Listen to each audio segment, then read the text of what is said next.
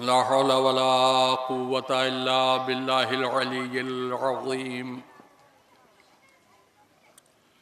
अऊज़ु बिल्लाहिस समीउल अलीम मिनश शैतानिर लईनिर रजीम। बिस्मिल्लाहिर रहमानिर रहीम। अल्हम्दुलिल्लाहि रब्बिल आलमीन वस्सलातु वस्सलामु अला सय्यिदिल अव्वलीन वल आखिरीन खैरिल मुबश्शिरीन वल मुनज़िरीन अफ़ज़लिल मख़लूक़ीन फ़ी आलमित तकवीन अबिल क़ासिम मुहम्मद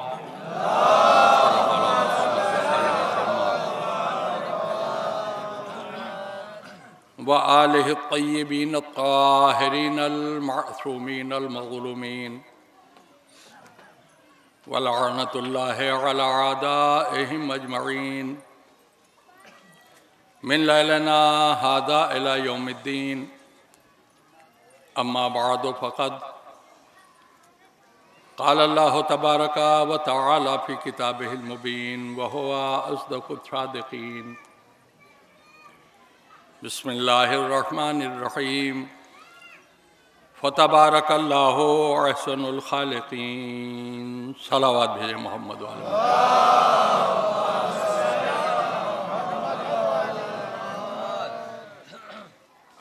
हज़रात,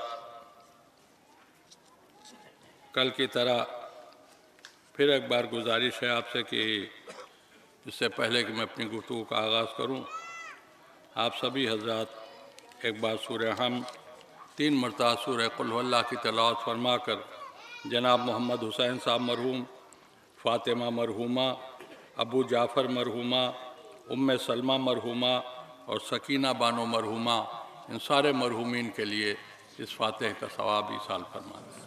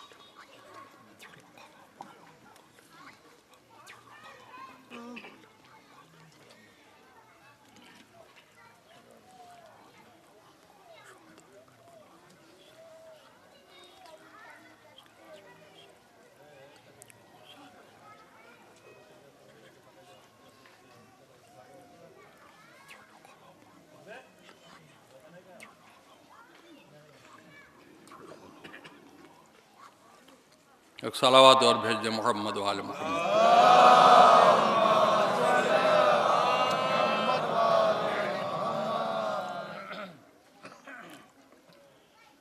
हज़रात,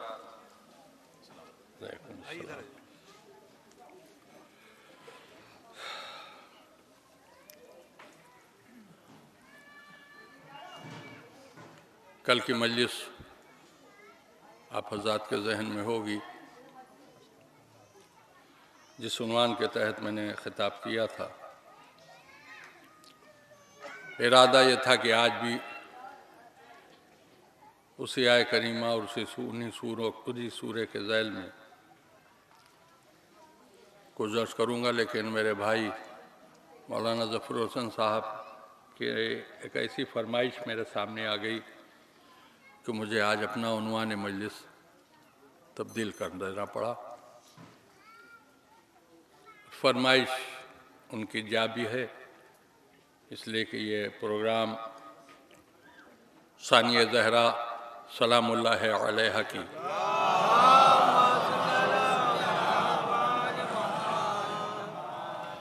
याद में कायम हुआ है और आज तक उसका सिलसिला जारी है। तो अब अपनी शहज़ादी की अज़मत को बयान करने के लिए मुझे अपना उन्वान तब्दील करना पड़ा। बहरहाल जो कुछ भी अर्ज़ करूँगा उसे यकीनन आप हज़रात तवज्जो से समाअत फरमाएंगे। कुरान मजीद का बहुत एक छोटा सा फ़िक्रा है, छोटी सी आयत है, जिसे मैंने उन्वान करार दिया है आज के लिए, फ़तबारकल्लाहु अहसनुल खालिकीन। परवरदिगार ख़ुद अपनी सनत तख्लीक़ की तारीफ़ कर रहा है, ख़ुद अपना कसीदा पढ़ रहा है, ये कहकर कि मैं सबसे अच्छा पैदा करने वाला हूँ। देखिए, ये प्रोग्राम पिछले 4 दिनों से चल रहा है और अभी कल एक मजलिस और बाकी है।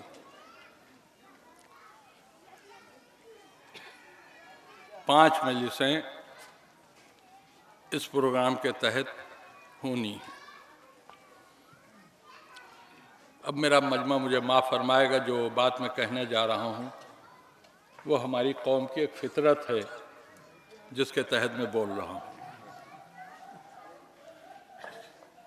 अगर प्रोग्राम कई दिनों का हो और अलग अलग ज़ाकिरीन खिताब कर रहे हों, तो प्रोग्राम के अख्ताम पर लोग ये फैसला किए बगैर नहीं रहते कि किसकी मजलिस सबसे अच्छी हुई और किसने सबसे ज़्यादा बोर किया।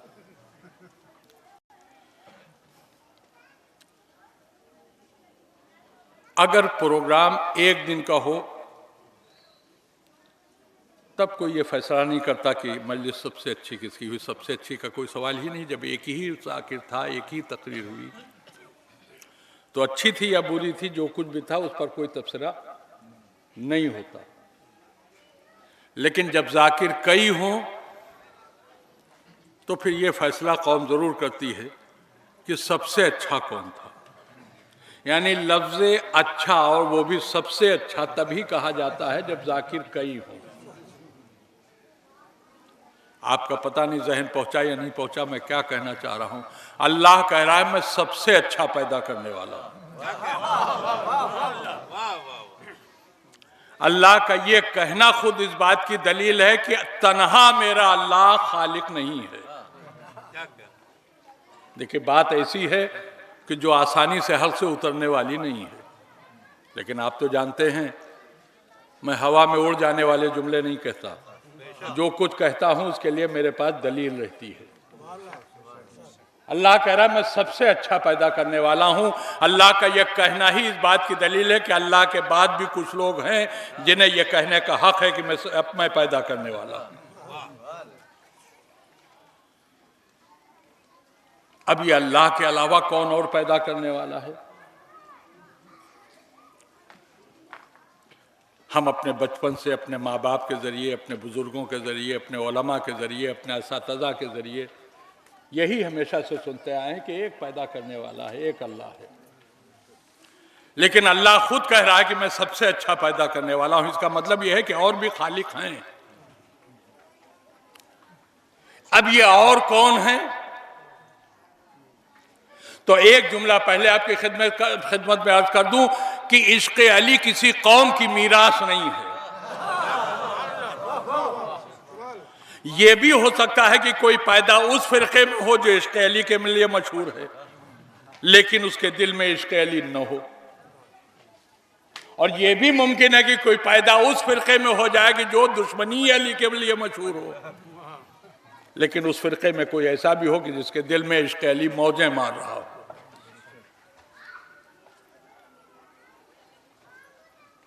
एक बहुत बड़े आलिम अहले सुन्नत गुजरे हैं। देखिए, आप सब यही समझते हैं ना कि इश्क़ अली हमारी मीरास है। बहुत बड़े आलिम अहले सुन्नत गुजरे हैं। हमारे सामने उलमाए कराम मौजूद हैं, ये गवाही देंगे कि मैं जो कुछ कह रहा हूं सही कह रहा हूं या नहीं। अल्लामा सैयद मोहम्मद सालेह कश्फी तिरमिजी, मौला अली के फजाइल पर इनकी लिखी हुई किताब है कौकबे दुर्री। उस कौकबे दुर्री में अल्लामा साहब ने मौला अली का एक खुतबा नकल किया है। ये वो खुतबा है जिसमें मेरे मौला खुद जाकिर हैं, सहाबाए कराम सामे हैं। मौला ने मिंबर पर बैठ के इरशाद फरमाया है कि आज मैं बताना चाहता हूं कि अली कौन है।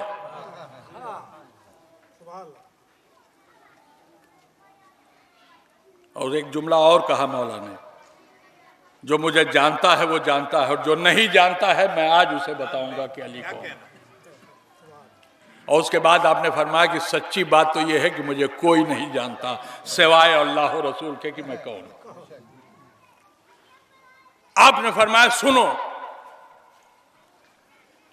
ये जमीन का फर्श मैंने बिछाया,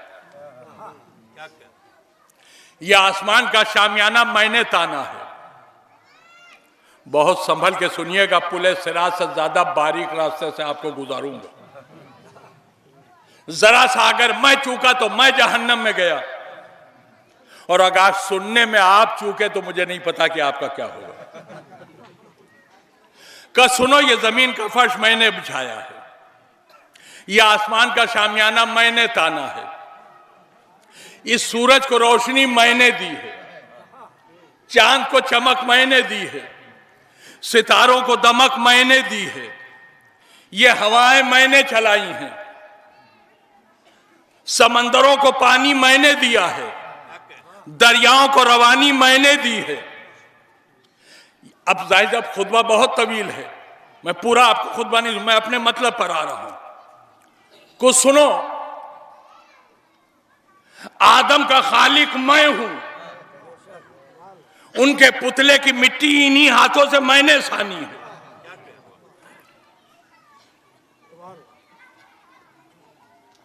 नहीं, अभी भी नहीं, आगे सुनिए। का एक बात सुनो, आदम की जगह मैं था, नूह की जगह मैं था, इब्राहिम की जगह मैं था, मूसा की जगह मैं था, ईसा की जगह मैं था। मैंने कहा, ए मेरे मौला, ये क्या फरमा रहे हैं आप? ये सारे अंबिया अलग अलग अपना एक वजूद रखते थे, आप इन सबका नाम ले लेके कह रहे हैं इनकी जगह पर मैं था।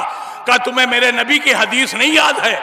मेरे नबी ने इरशाद फरमाया था, जिसे आदम को उनके इल्म में देखना हो, जिसे नूह को उनके हिल्म में देखना हो, जिसे इब्राहिम को उनकी खुल्लत में देखना हो, जिसे मूसा को उनकी हैबत में देखना हो, जिसे ईसा को उनकी मसीहाई में देखना हो, फल यंजुर इला वजह अली इब्न अबी तालिब, वो अली का चेहरा देखे।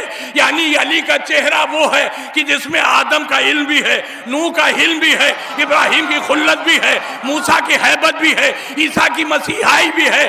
अब ये सब तो कहा मेरे नबी ने, मेरी समझ में बात आ गई कि मेरे नबी के कहने का मतलब क्या था। मेरा नबी बताना यह चाहता था, जिसे तुम आदम समझ रहे थे, जिसे तुम आदम का इल्म समझ रहे थे, वो आदम का इल्म नहीं था। अली की एक सिफत थी जिसने आदम का पैकर अख्तियार किया। जिसे तुमने नूह का हिल्म समझा, वो नूह का हिल्म नहीं था, ये मेरे अली का हिल्म था, जो नूह की शक्ल में तुम्हें नजर आया। जिसे तुमने इब्राहिम की खुल्लत समझी, वो खुल्लत कुछ न थी, वो मेरे अली की खुल्लत थी जो इब्राहिमी पैकर में नजर आई। जिसे तुमने मूसा की हैबत समझा, वो अलहदा से कुछ नहीं था, ये एक सिफत अली थी जो मूसा की शक्ल में तुम्हारे सामने आई। ये ईसा का ज़ोहद जो तुमने समझा, ये कुछ न था, ये अली की एक कमाल था, ये अली का कमाल था जो ईसा की शक्ल में नजर आया। अब मैं जिस नतीजे में पहुंचा हूं, वो नतीजा आपके हवाले कर रहा हूं। मेरे रसूल का इन तारे नबियों की सिफात को लेकर ये कहना कि अली का चेहरा देखो, कहने का मतलब ये था कि ये न समझना कि सारे नबियों के कमालात से अली बना है। अली के बिखरे हुए कमालात का नाम नबी है। सलावत भेज दीजिए मोहम्मद वाले मोहम्मद।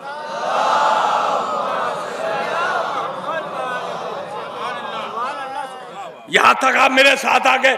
अब वो जुमला सुनिए जो आयत की तफसील बयान कर रहा।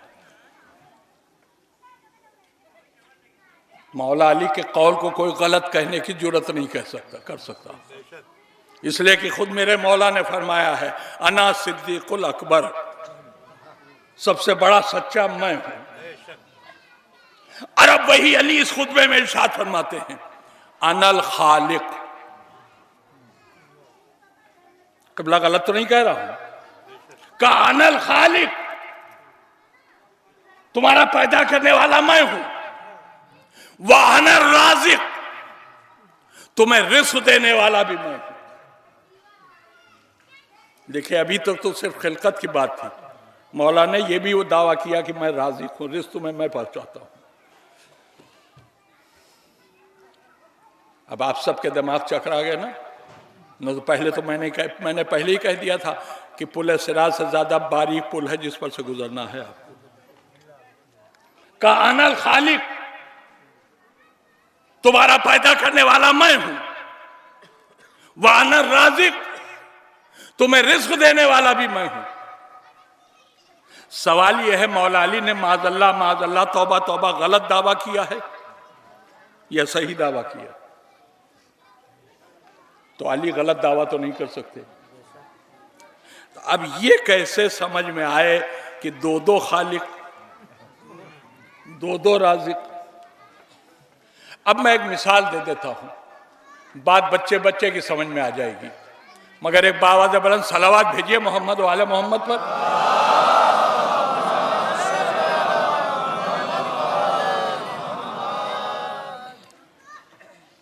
आपके यहां ऐसी बहुत सी तकारीब होती होंगी जिनमें सैकड़ों आदमियों की दावत होती है, सैकड़ों आदमी खाने वाले होते हैं। दावत करने वाला है एक, खाने वाले हैं सैकड़ों। ये एक अकेला इंसान जिसने दावत की है, ये सैकड़ों को खुद अकेले खाना खिला लेगा? बोलिए, नहीं खिला सकता ना। इससे कुछ रजाकार चाहिए, कुछ हेल्पर चाहिए जो आने वाले मेहमानों को खाना खिलाने में इस मोहतमिम की मदद करे। अब मैं जो अदद इस्तेमाल कर रहा हूं आप खुद महसूस कर लेंगे कि क्यों कर रहा हूं। मान लिया उसने 14 आदमी पकड़ लिए, 500 आदमियों की दावत करना है मुझे, जरा खाना खिलाने में हाथ बटा लेना हमारा। लीजिए साहब, दावत शुरू हो गई। इन 14 रजाकारों ने मिलकर खाना खिलाया है। दावत खत्म हो गई, रात का वक्त था, रात में दावत हुई थी। खाना खिलाते खिलाते 12 बज गया, बर्तन समेटते समेटते 1 बजा, सारा सामान समेटते समेटते 2 बज गया। ये खाना खिलाने वाले जब घर पहुंचे तो 3 बज चुका था। बिस्तर पर लेट कर सोते सोते 4 बज गया। अब ये उठेंगे कब? जब 4 बजे लेटेंगे तो उठेंगे कब? जाहिर 10 बजे से पहले नहीं उठेंगे। मान लीजिए मैं आ गया आपकी बस्ती में और मैंने इन्हीं 14 खाना खिलाने वालों में से एक की कुंडी खटखटाई। ये आंखें मलते हुए बाहर निकले। मैंने कहा भाई अभी तक सो ही रहे थे आप, 10 बज गया है। कहने क़िबला क्या करूं, वो रात एक प्रोग्राम था, 500 आदमियों को मैंने खाना खिलाया है। सब कुछ करते करते सोते सोते 4 बज गया। तो जाहिर सी बात उठने में तो मुझे देर लगेगी ही, मैं सो रहा था। मैंने कहा अच्छा भाई माफ करना, तुम्हारी नींद खराब हुई, तुम जाओ लेटो सो, मैं किसी दूसरे के पास चला जाऊंगा। अब मैं दूसरे दरवाजे पर पहुंचा, इत्तेफाक से ये वो था जो इन्हीं 14 में से एक था। अब जब मैंने उनकी खटखटाई कुंडी तो वो भी आंखें मलते हुए निकले। मैंने कहा भाई अभी तुम भी सो रहे थे?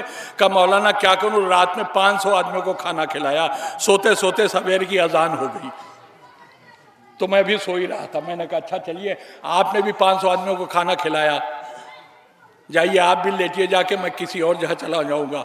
अब मैं तीसरे दरवाजे पर पहुंचा, उनके यहाँ जब कुंडी खटखटाई तो वो भी आंख मलते हुए निकले।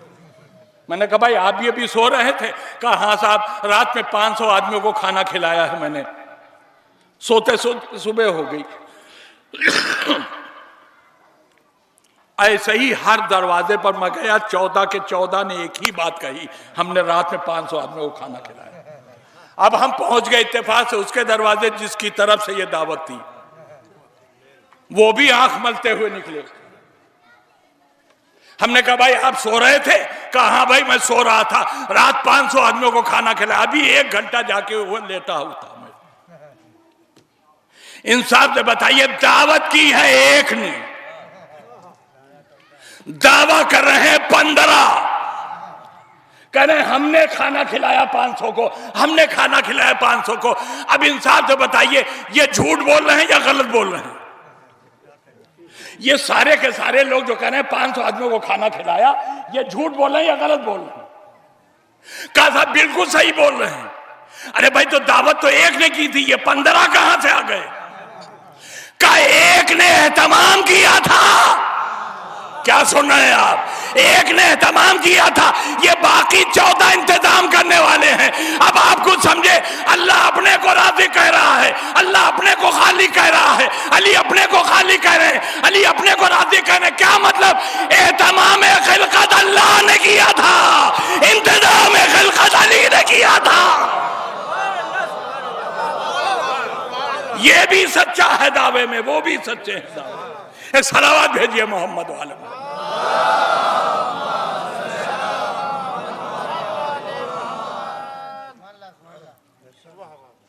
तो जो सूरत हाल खिलकत के सिलसिले से है, वही सूरत हाल रिज़्क़ देने के सिलसिले में। अब मैं आपको एक वाकया सुना देता हूं, घबराइएगा नहीं, मैं बहुत जल्दी अपनी मंजिल पर आ रहा हूं, ये तो इब्तिदाई मरहला है। एक रोज सुबह सुबह जनाब सलमान मौला अली के दरवाजे पर पहुंच गए। कुंडी खटखटाई, अंदर से कनीज ने सवाल किया, कौन? कहा मैं हूं सलमान। कहा कैसे आए? कहा मौला अली से मिलने आया हूं। कहा मौला घर में नहीं है। कहां गए हैं? अल्लाह की मखलूक को रिस्क बांटने गए हैं। अगर आपका दिमाग चकरा गया हो तो कोई बड़ी बात नहीं, ईमान के 10वें दर्जे पर हैं सलमान, इनकी खोपड़ी घूम गई। अब कनीज़े खुदा, कनीज़े अली कह रही है, सलमान में ये जुर्रत भी नहीं कि उसे झुठला दे।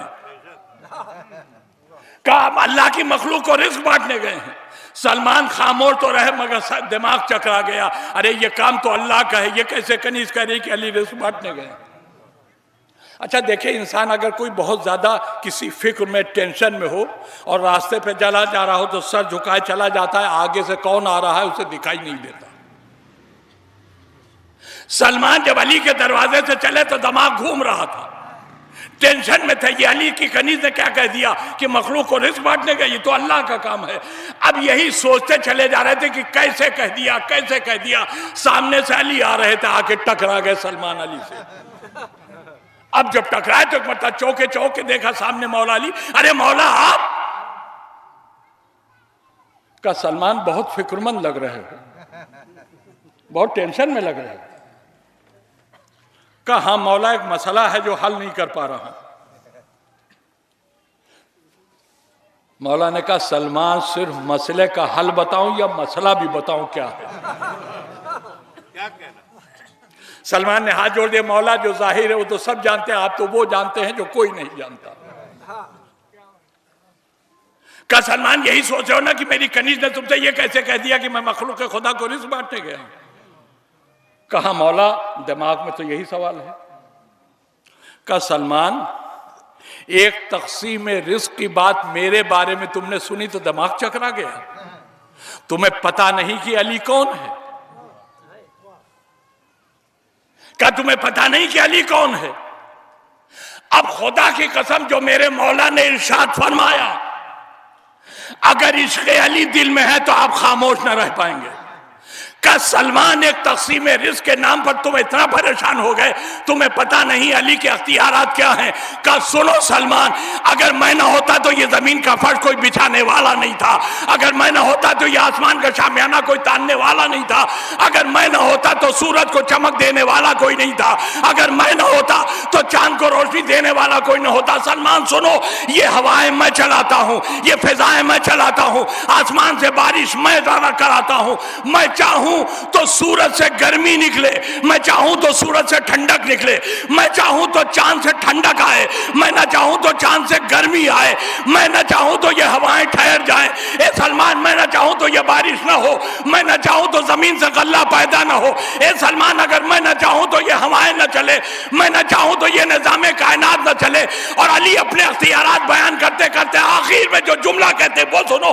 कहा सलमान, मैं कहां तक तुम्हें अख्तियारात अपने बताऊं, मैं इतना जान लो, खालिके कायनात वो है, मौलाए कायनात मैं हूं।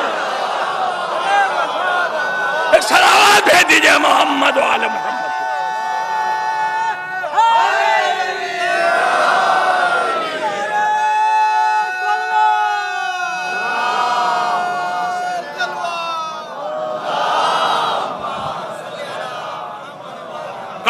मालिक कायनात वो है, मौलाए कायनात मैं हूं, ये कायनात मेरे इशारे पर चलती है, मैं जो चाहता हूं वही होता हूं, वही होता है। और उसके बाद मेरे मौला ने वजाहत फरमा दी कि अल्लाह ने अपनी इस कायनात के चलाने के लिए हर काम पर एक फरिश्ता मुअय्यन किया और सारे फरिश्तों का सरदार मुझे बनाया। हर फरिश्ता मुझसे इजाजत लेकर काम शुरू करता है।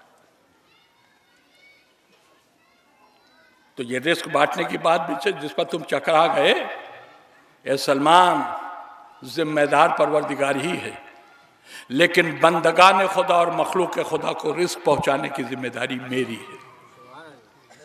मौला सलमान से ये बातें कर ही रहे थे कि एक शख्स चोरों की तरह छिप के अली की बातें सुन रहा था। उसके दिल में ख्याल आया कि अली तो बहुत लंबी लंबी छोड़ने लगे, सारी मखलूक को रिस्क ये बांटते हैं। वह वहीं से चुपके से चला आया घर। इसने एक चींटी पकड़ी और एक शीशी में बंद कर दी और उसके बाद दूसरे दिन सुबह ही सुबह निकला घर से, अली को ढूंढता हुआ। देखा एक सहरा में अली खड़े हैं, कभी इधर इशारा करते हैं, कभी इधर इशारा करते हैं, कभी इधर इशारा, कभी इधर इशारा, कभी इधर इशारा, चारों तरफ अली इशारे कर रहे हैं खड़े हुए। ये खड़ा देखता रहा कि ये क्या हो रहा है। जब अली इशारे करके वापस होने लगे तो ये सामने आ गया। कहा या अली ये क्या कर रहे थे आप यहाँ? कहा अल्लाह की मखलूक को रिस्क बंटवा रहा था, फरिश्तों को हुक्म दे रहा था, इधर देखो कुछ लोग हैं, इधर कुछ हैं, इधर कुछ है, इधर कुछ। कहा या अली सबको रिस्क बंटवा दिया? कहाँ सबको बंटवा दिया? कहा सोच लीजिए कहीं कोई रह न गया हो। कहा नहीं कोई नहीं रह गया, सबको रिस्क पहुंचवा दिया मैंने। कहा अल्लाह की मखलूक बहुत छोटी छोटी है, ये चींटी है जो काट रही है इसे, बहुत छोटी छोटी अल्लाह की मखलूक है, कहीं ऐसा ना हो कोई रह गया हो। एक मतलब मेरे मौला ने अपना यूं पंजा सामने क्या कहा, ये बताओ कितनी उंगलियां हैं? कहा 5 हैं। मौला ने कहा जरा गौर से देखो कहीं ऐसा ना हो कि कोई रह गई हो। उसने कहा या अली इसमें क्या सोचना, सामने है। कहा जैसे ये पंजा तेरे सामने है वैसे ही पूरी कायनात मेरे सामने, किसी के रह जाने का कोई सवाल ही नहीं है। मैंने सबको रिस्क पहुंचा दिया, हत्ता कि उस चूटी को भी पहुंचा दिया जिसे तूने पकड़ के शीशी में बंद कर रखा है। और अगर अब भी तुझे मेरी बात पर यकीन नहीं है तो निकाल जेब से शीशी, खोल उसका ढक्कन और देख कि उस चूटी के मुंह में दाना है कि नहीं है। आप यकीन जानिए किताबों में बहुत सी बातें लिखी होती हैं और बहुत सी नहीं लिखी होती हैं। जो नहीं लिखी होती उन्हें कॉमन सेंस से समझा जाता है। अली ने जोरदार तरीके से डांट के कहा निकाल शीशी अपने जेब से। अब इतने दावे के साथ जब अली ने कहा तो जाहिर सी बात है इसकी हवा तो खराब होगी। अब मैंने जो सोचा कि उसकी हालत क्या हुई होगी, मेरे से माथे पर पसीना आप देख रहे हैं, देख रहे हैं कि नहीं? इससे ज्यादा पसीना उसके माथे पर आया, आंखें फैल गई, होंठ पपड़ा गए, जबान खुश्क हो गई, लुआबे दहन गायब हो गया, पैरों में कपकपी आ गई, हाथों में थरथरी पैदा हो गई, ब्लड प्रेशर डाउन हो गया, बोलना चाह रहा मगर बोल नहीं पा रहा है। और अब कैसे बोला होगा, अगर इस बात को जानना है तो जफरुल हसन साहब को पकड़ लिया, अगले साल किसी हकले मौलवी को बुला ले, जब वो तकरीर करेगा तो आपकी समझ में आ जाएगा ये कैसे बोला होगा। बमुश्किल तमाम जेब में हाथ डाला, शीशी निकाली, ढक्कन खोला, चींटी के मुंह में भी एक छोटा सा दाना था। अली ने कहा याद रखो मेरे रहते हुए अल्लाह की कोई मखलूक भूखी नहीं रह सकती, इसलिए कि अली किसी मखलूक को भूखा देख के बर्दाश्त नहीं कर सकता। मेरे दोस्तों, मैंने जो जुमला कहा कुछ समझे आप? अली ने कहा अली किसी मखलूक को भूखा नहीं देख सकता, अली से किसी का भूखा रहना बर्दाश्त नहीं हो सकता। लिखने वाले ने वाकया लिखा, किताब बंद कर दी, कलम रख दिया, मगर मुझे सोचने और समझने के लिए जुमला मिल गया। मेरे मौला अली ने क्या कहा? किसी मखलूक को भूखा देखना अली की बर्दाश्त से बाहर है। तो जब अली का कमाल यह है कि वो किसी को भूखा देख के तड़पता नहीं दे सकता, तो मुझे कहने का हक है जो अली किसी अल्लाह की मखलूक को भूखा नहीं देख सकता, वो अपने शियों को जहन्नम में कैसे देखेगा? सलावत भेज दीजिए मोहम्मद वाले मोहम्मद पर।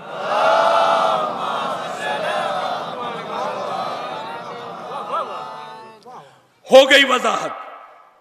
अनल खालिक अली ने क्यों कहा, अनल राज़िक क्यों कहा? अब मैं आ गया अपने मौजू पर। अभी तक मैंने मजलिस शुरू नहीं की थी, मजलिस तो अब शुरू कर रहा हूं, इसलिए कि मैं देख रहा था कि जब कल मैं बैठा था जितना मजमा था अभी उसका आधा है, तो मैंने सोचा जो रह गए वो आ जाए तब मजलिस शुरू करूं। अब एक सलावत भेजिए मोहम्मद वाले मोहम्मद।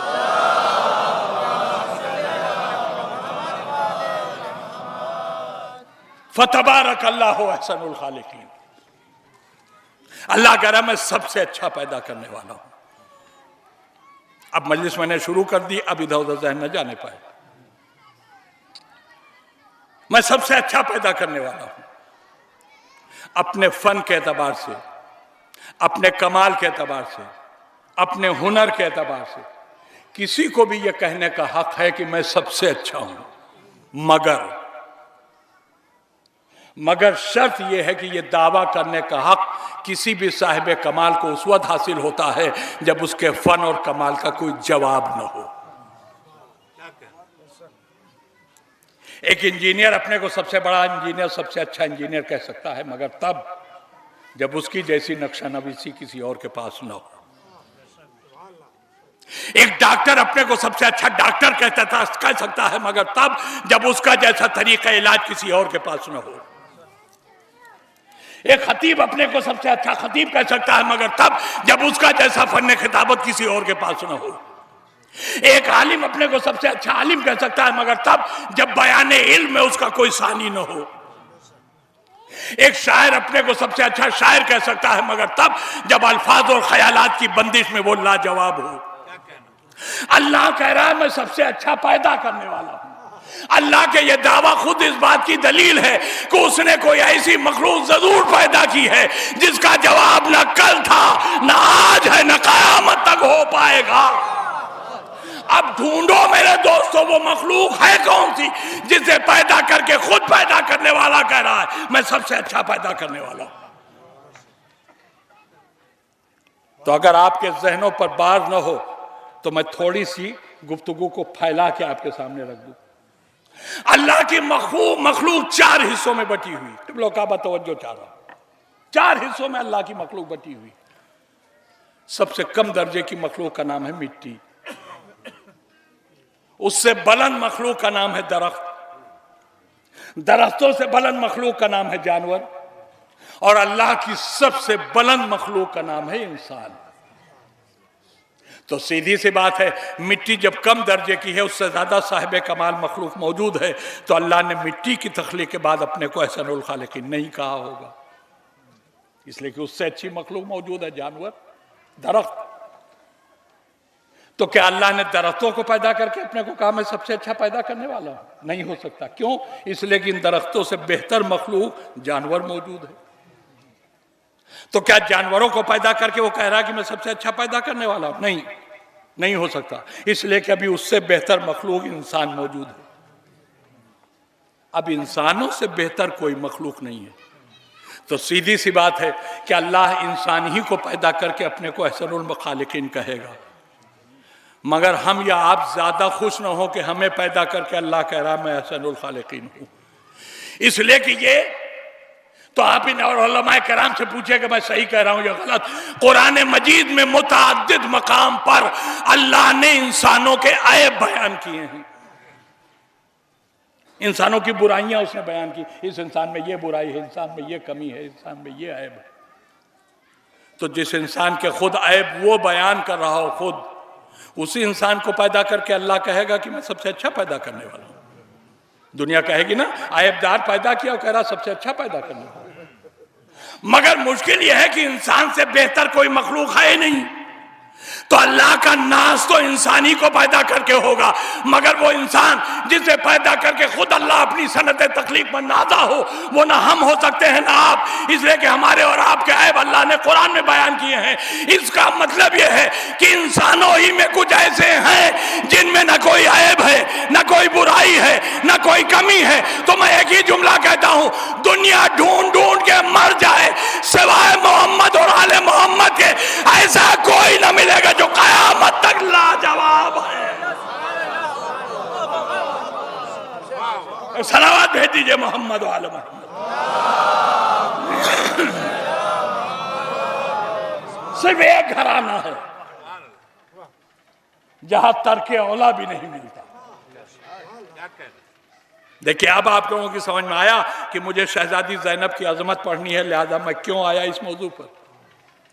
भाई यही एक घराना है जिसमें जो भी है वो अपनी मिसाल आप है, उसका अपना कोई जवाब नहीं है। अब इस खानदान के सबसे बुजुर्ग हमारे रसूल हैं। देखिए मुझे शहजादी ज़ैनब तक पहुंचना है। इस खानदान के सबसे बुजुर्ग हमारे रसूल, सारी कायनात का रसूल, वजह तख्लीक कायनात, सिर्फ कायनात के तमाम बेखता खताकार इंसानों के नहीं, मासूम नबियों का नबी, जिसका कलमा न पढ़े तो सारे अंबिया फासिक हो जाए, ऐसा साहिब अजमत रसूल। मगर बड़ी तकलीफ के साथ एक जुमला कह रहा हूं, ऐसा नबी की जिसका खुदा के बाद कोई जवाब नहीं है।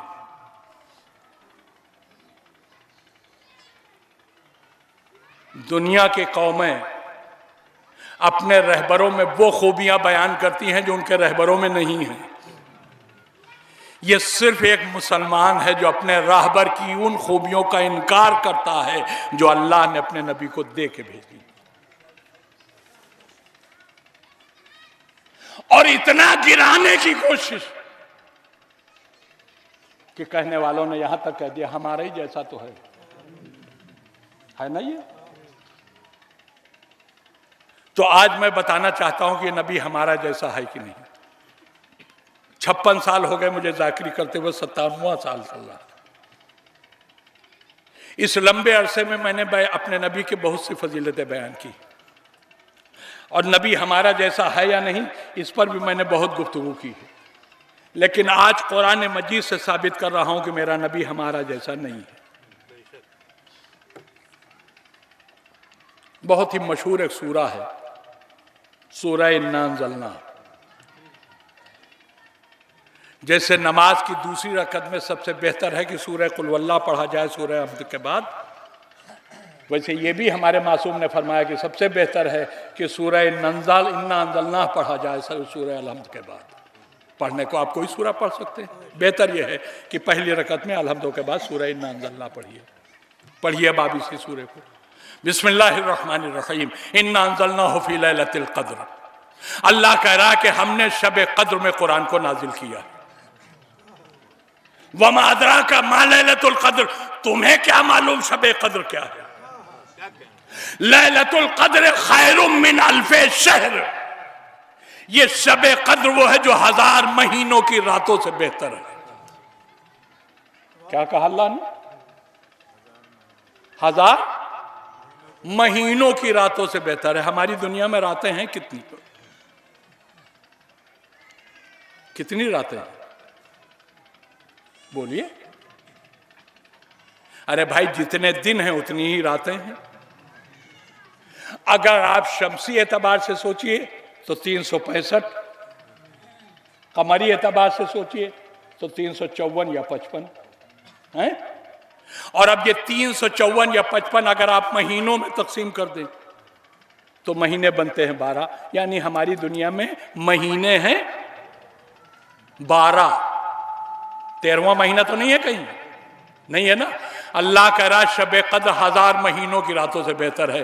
तो जब महीने ही 12 हैं तो ये अल्लाह ने 1000 महीनों की रातों से बेहतर क्यों कहा? ये 1000 महीने कहां से आ गए? महीने तो 12 ही हैं। अल्लाह ने कहा तुम हो कुएं के मेंढक, तुमने अपनी इसी दुनिया को मेरी कायनात समझ रखा है। कुरान जरा शुरू करो तो पता चले कि मैं कौन हूं। बिस्मिल्लाहिर्रहमानिर्रहीम, अल्हम्दुलिल्लाह रब्बिल आलमीन। तमाम तारीफें उस अल्लाह की हैं जो आलमीन का पालने वाला है। अल्लाह ने कहा हमने एक दुनिया नहीं बनाई है, बहुत सी दुनियाएं बनाई हैं। तुमने ये 12 महीने अपनी दुनिया के बता दिए। तो जब हमने और भी दुनियाएं बनाई हैं तो उसमें भी तो महीने हैं। अब समझ में आया कि अल्लाह ने क्यों कहा 1000 महीनों की रातों से बेहतर है शब कद्र। यानी अल्लाह के कहने का मतलब यह है कि हमने जितनी भी दुनियाएं बनाई हैं उन सारी दुनियाओं के महीने इकट्ठा हो जाएं तो उन महीनों में से किसी एक रात में ये जुर्रत नहीं जो कह सके कि हमेशा हम शब कद्र जैसी। क्या सुना आपने? यानी सारी कायनात के महीने अगर इकट्ठा हो जाएं तो इन महीनों में से कोई रात ये नहीं कह सकती कि शबे कद्र हमारी जैसी। क्यों? इसलिए कि अल्लाह ने इसी शबे कद्र में कुरान नाजिल उतार किया है। तो शबे कद्र की अजमत अल्लाह ने बयान की इसलिए कि उसमें कुरान उतारा है। तो चूंकि शबे कद्र में कुरान आया लिहाजा दुनिया की कोई रात शबे कद्र जैसी नहीं हो सकती। तो जरा सोचो, जब नुज़ूल कुरान की वजह से शबे कद्र जैसी कोई रात नहीं हो सकती तो जिस नबी के सीने पर कुरान आया है वो हमारा जैसा कैसे होगा? सलावत भेज दीजिए मोहम्मद वाले।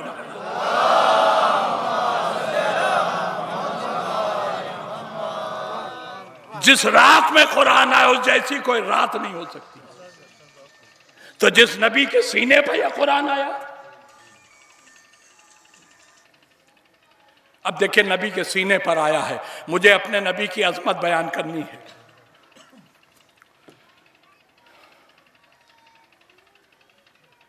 कुरान आया है मेरे नबी के सीने पर और अल्लाह ने कुरान में साफ साफ कहा है हमने जिब्रील के जरिए यह कुरान आपके सीने पर उतारा है। नज़ला बिही रूहुल अमीन अला क़ल्बिक, आपके सीने पर, आपके कल्ब पर जिब्रील अमीन के जरिए हमने यह कुरान उतारा। अब आप सुन रहे हैं कि नहीं मुझे पता नहीं, मगर अब जरा मेरे नबी का भी एक कौल सुन लिए। दरमियान में बात आ गई तो कह रहा हूं। कुरान आया नबी के सीने पर, कुरान खुद कह रहा है। अब मेरे नबी का कौल सुनिए। नबी ने इरशाद फरमाया मेरे इन दोनों पहलुओं के दरमियान मेरे धड़कते हुए दिल का नाम है फातिमा। क्या सुना आपने? कहा ये मेरे जो दो पहलू हैं इनके दरमियान में धड़कते हुए दिल का नाम है फातिमा। अल्लाह के नबी ने फरमाया है वो नबी जिसको नबी न मानने वालों ने भी सच्चा माना है। वो नबी कह रहा है मेरे पहलुओं के दरमियान में धड़कते हुए दिल का नाम फातिमा है। इसका मतलब नबी का दिल अलग से कोई चीज नहीं है, फातिमा का नाम है कल्बे रसूल। और कुरान कह रहा है नबी के कल्ब पर आया है कुरान। इसका मतलब मुझे कहने का हक है कि कुरान आया है फातिमा पर। हाय हाय हाय, कुरान आया है फातिमा पर। तो जैसे कुरान को झुठलाने वाला मुसलमान नहीं रह सकता, वैसे ही किसी दरबार में कोई अगर फातिमा को झुठला दे, सलावत भेजिए मोहम्मद वाला।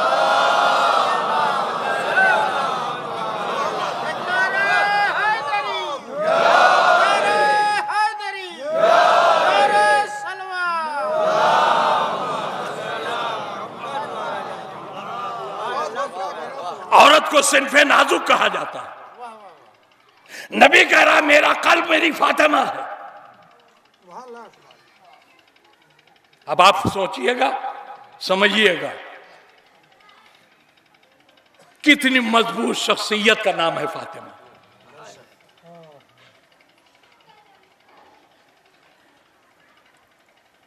ये कुरान वो है जिसके बारे में अल्लाह खुद कुरान में कह रहा है लो अंज़लना हाज़ल कुरान, आज पूरी जहन में आ गई ना। अल्लाह कह रहा अगर पहाड़ों पर नाजिल कर देता मैं इस कुरान को, तो पहाड़ इसके बोझ को बर्दाश्त नहीं कर सकते थे। इसका मतलब वो कुरान जिसे पहाड़ न झेल पाए, उससे कल्बे रसूल यानी फातिमा ने उठा लिया। कुछ समझ में आया किस कवि शख्सियत का नाम फातिमा है? अच्छा, अब जो बात कहने जा रहा हूं उस पर भी गौर कर लीजिएगा। इंसान के जिस्म के दो आज़ा ऐसे हैं जो हालात से बड़ी जल्दी मुतासिर होते हैं। एक इंसान का दिल, एक इंसान का दिमाग। ये दो आज़ा ऐसे हैं जो हालात से बहुत जल्दी इफेक्टेड होते हैं, मुतासिर होते हैं। दलील, हम पर जरा सी मुसीबत आई, हमारे आंखों से आंसू जारी हो गए। ये आंसू क्या है? ये आंसू नहीं है, ये इस बात का ऐलान है कि इस गम को दिल बर्दाश्त नहीं कर पाया। अब दूसरा वो हिस्सा है जिस्म जो हालात से मुतासिर होता है, वो दिमाग। बहुत ज्यादा किसी पर मुसीबत पड़ जाए तो उसका दिमाग उसका साथ छोड़ देता है, लेकिन पहला अटैक हमेशा दिल पर होता है, दिमाग पर बाद में होता है। इसका मतलब यह है कि दिल इंसान का दिमाग के मुकाबले में कमजोर होता है, उसका दिमाग दिल से मजबूत होता है। असर दिल पर पहले होता है, दिमाग पे बाद में होता है। तो दिल जो है वो दिमाग के मुकाबले में कमजोर है, दिमाग जो है इंसान का वो दिल के मुकाबले में मजबूत है। पता नहीं आप सुन रहे हैं कि नहीं, कहां पहुंच ले जा रहा हूं आपको। इंसान का दिल कमजोर होता है, दिमाग उसके मुकाबले में मजबूत होता है। दिमाग मजबूत होता है दिल के मुकाबले में, दिल जल्दी मुतासिर होता है, दिमाग देर में मुतासिर होता है। मेरे नबी का दिल ही इतना मजबूत है कि जिस बोझ को पहाड़ न बर्दाश्त कर सके, उस कुरान को मेरे नबी ने बर्दाश्त कर लिया। तो जाहिर सी बात है मेरे नबी का दिल पहाड़ों से ज्यादा मजबूत है, और इस दिल से ज्यादा मेरे नबी का दिमाग मजबूत है।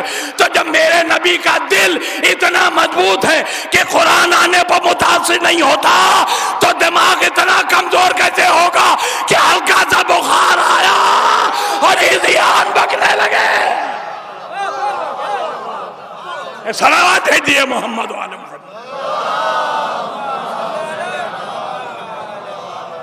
इसका मतलब यह है कि मेरे नबी के दिमाग पर हमले करने वाला खुद पागल है, मेरे नबी के जहन पर कोई असर नहीं होगा।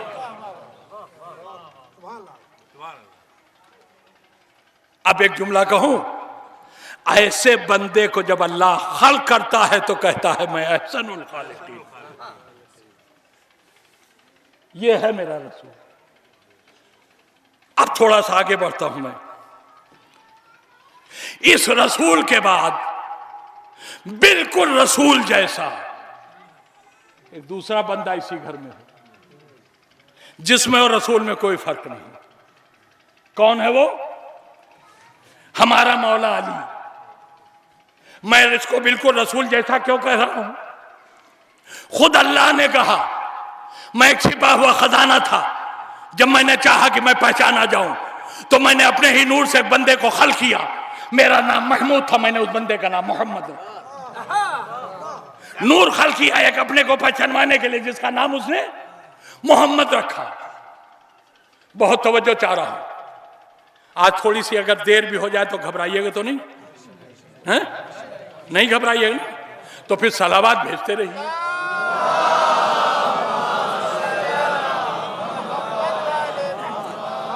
देखिए, हम जिस अल्लाह के मानने वाले हैं, उस अल्लाह के मुतालिक जहां हम बहुत सी सिफतों के कायल हैं, वहां एक अल्लाह की शान ऐसी भी है कि जिसके हम कायल हैं और सख्ती से कायल हैं। इसलिए कि अल्लाह ने कहा खुद, क्या हमारी इस सिफत में अगर किसी को किसी ने शरीक कर दिया तो हम उसके इस गुनाह को कभी माफ नहीं करेंगे।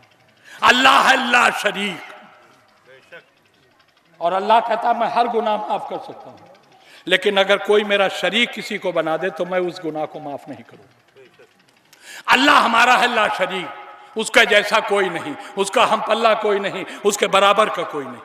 ठीक? जिस वक्त अल्लाह ने अपने को पहचानवाने के लिए नूर मोहम्मद खल्क किया, तो कायनात की हालत क्या थी? खुद मेरे रसूल की जबान से सुनिए। मेरा रसूल फरमाता है अव्वलो मा खलक अल्लाहु नूरी, अल्लाह ने सबसे पहले देखिए बहुत सादा सा जुमला है। सबसे पहले अल्लाह का नबी कह रहा, अल्लाह ने सबसे पहले मेरे नूर को खल फरमाया। इस सबसे पहले का मतलब समझे आप, यानी जब तक अल्लाह ने अपने नबी के नूर को खल नहीं किया था उस वक्त तक ये जमीन का खाकी फर्श नहीं था, ये आसमान का नीलगु शामियाना नहीं था, शम्स व कमर की किंदीलें नहीं थी, सितारों के कुमकुमे नहीं थे, हवाओं में हरकत नहीं थी, पहाड़ों में बुलंदी नहीं थी, समंदरों में पानी नहीं था, दरियाओं में रवानी नहीं थी, इंसानों का पता नहीं था, मलक का वजूद नहीं था, जिनों की खिलकत नहीं थी, जहन्नम खल्क नहीं हुआ था, जन्नत पैदा नहीं हुई थी, कुछ भी नहीं था। ये लफ्ज़ कुछ जो मैंने बोला ये भी नहीं था।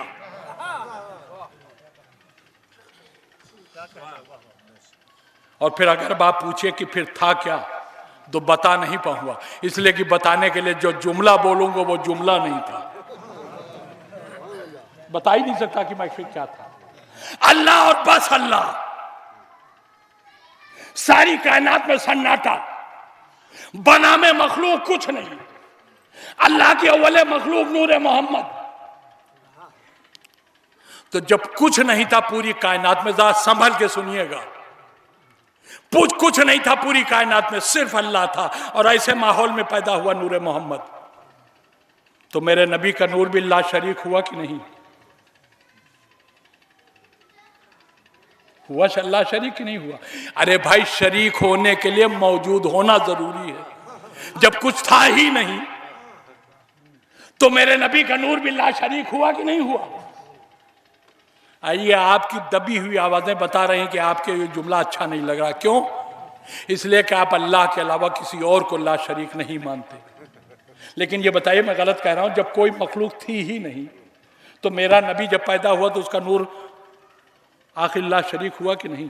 हमने आवाज दी, मेरे मालिक, ला शरीक होना तो सिर्फ शेरी शान है। देखिए, अभी आप चुप थे, अब आप बोलेंगे।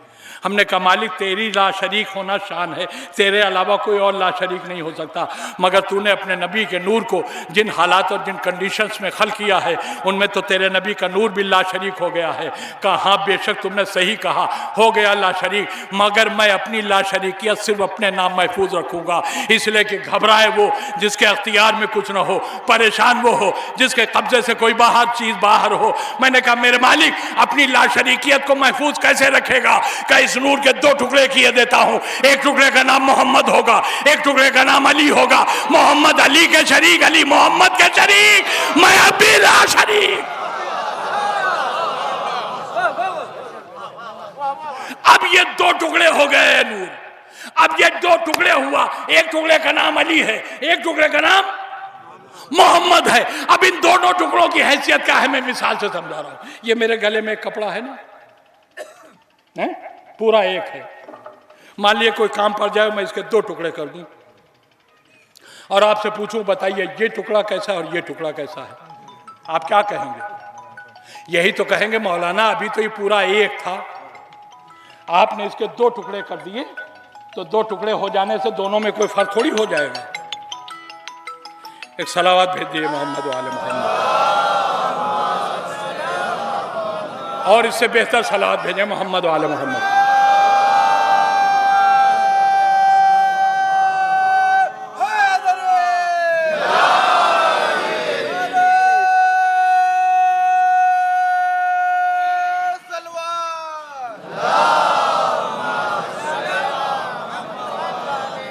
मैं फोन करने वाले को आपकी सलावत सुना रहा था ताकि समझ ले कि मैं मजलिस पढ़ रहा हूं।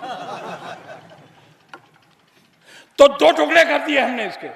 हमने कहा, बताइए ये टुकड़ा कैसा, ये टुकड़ा। आपने कहा, जनाब अभी तो पूरा एक था, अगर आपने दो टुकड़े कर दिए तो दोनों में कोई फर्क थोड़ी होगा, जैसा ये वैसा ये, जो इसका कलर वही इसका कलर, जो इसका काम वही इसका काम, जितना ये पाक उतना ये पाक, यही तो कहेंगे ना।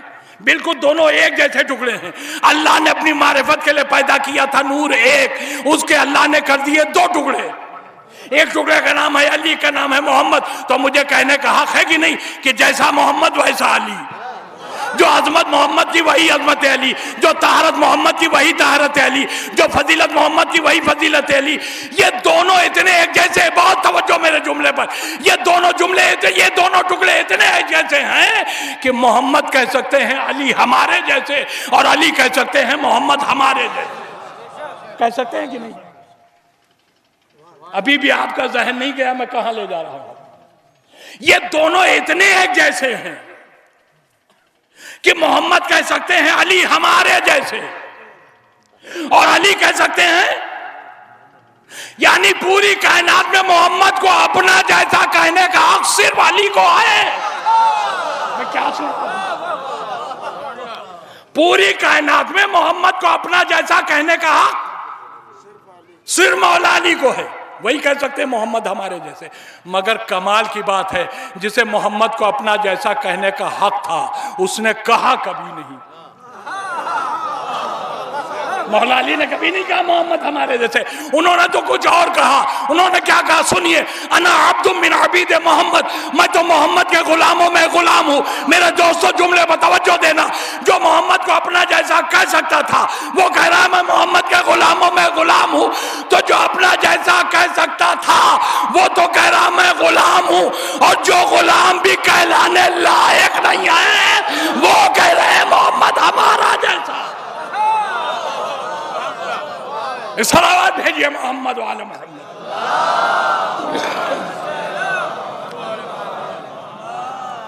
तो आप समझ में आया कि मैंने क्यों कहा था बिल्कुल नबी जैसा एक बंदा इसी घर में जिसका नाम है अली।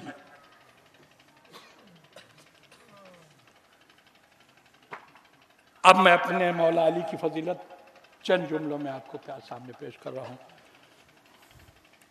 देखिए, मेरा ताल्लुक बहुत लंबे अरसे तक दर्स व तदरीस से रहा है। बहुत से बच्चों को पढ़ाया मैंने। उनमें बहुत से हमारे पढ़ाए हुए ऐसे हैं जो आज बड़ी अच्छी अच्छी सलाहियतों के मालिक हैं। साहिबान अमामा हैं मेरे पढ़ाए हुए। और जब मैं अपने किसी साहिब सलाहियत को, शागिर्द को देखता हूं तो बड़े फख्र से कहता हूं कि इसे मैंने पढ़ाया। और ये सिर्फ मेरा ही नहीं, ये दुनिया के हर उस्ताद का तरीका होता है। उसका कोई साहिब कमाल शागिर्द अगर सामने आ गया तो फौरन कहता है अरे भाई मैंने इसे पढ़ाया, मैंने पढ़ाया। ये जुमला बता रहा है कि साहिब कमाल है। नहीं गौर कर रहे आप? अगर मैं कहूं किसी अपने शागिर्द के लिए कि मैंने इसे पढ़ाया है, इसका मतलब मैं उसके कमाल का ऐलान कर रहा हूं। साहिब कमाल है तभी तो कह रहा हूं। अगर कोई बुरे फेल में फंस जाए तो कभी ना कहूंगा इसे मैंने पढ़ाया। साहिब फजीलत होगा, साहिब कमाल होगा, तभी मैं कहूंगा कि मैंने इसे पढ़ाया है। तो अगर मैं फख्र से अपने किसी लायक शागिर्द को देखकर कहूं कि इसे मैंने पढ़ाया है, तो अगर अल्लाह ये कहे अली को मैंने पढ़ाया है,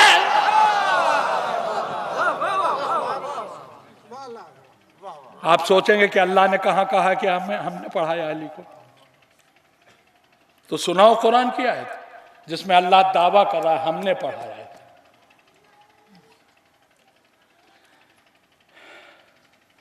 सूरह रहमान कुरान मजीद का मोहतम बिशान सूरा, जरा पढ़िए।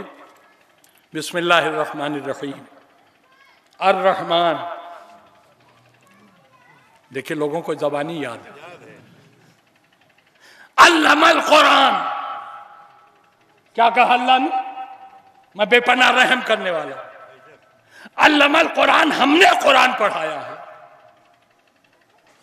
तो जब अल्लाह दावा कर रहा है कि मैं उस्ताद हूं, पढ़ाने वाले को उस्ताद ही तो कहते हैं, तो जब अल्लाह दावा कर रहा है मैं उस्ताद हूं, तो उस्ताद बगैर शागिर्द को तो होता नहीं। इसका मतलब कोई तो है जिसे अल्लाह ने कुरान पढ़ाया है। कोई ना होता तो अल्लाह थोड़ी कहता अल्लामल कुरान, मैंने कुरान पढ़ाया। कोई तो है जिसे अल्लाह ने पढ़ाया।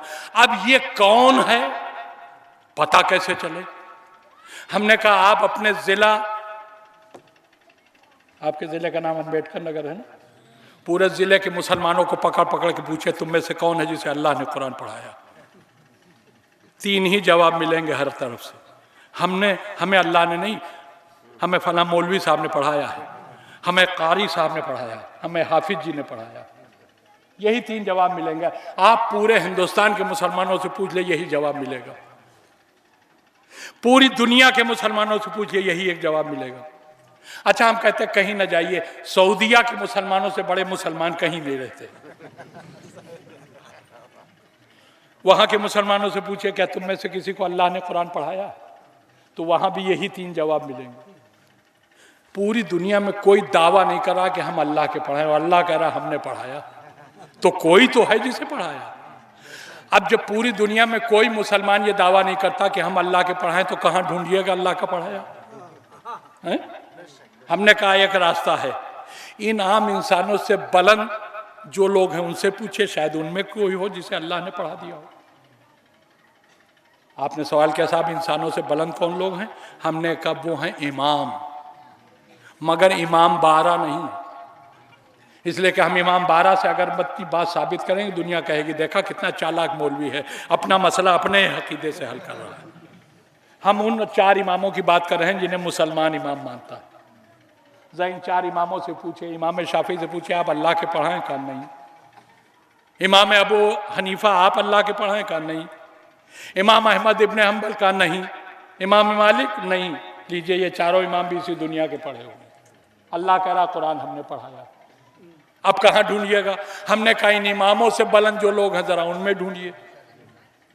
आप तरक्की पर जा रहे हैं कि नहीं? कहा इमामों से बुलंद कौन है? हमने कहा 1,24,000 अंबिया इन इमामों से बुलंद है।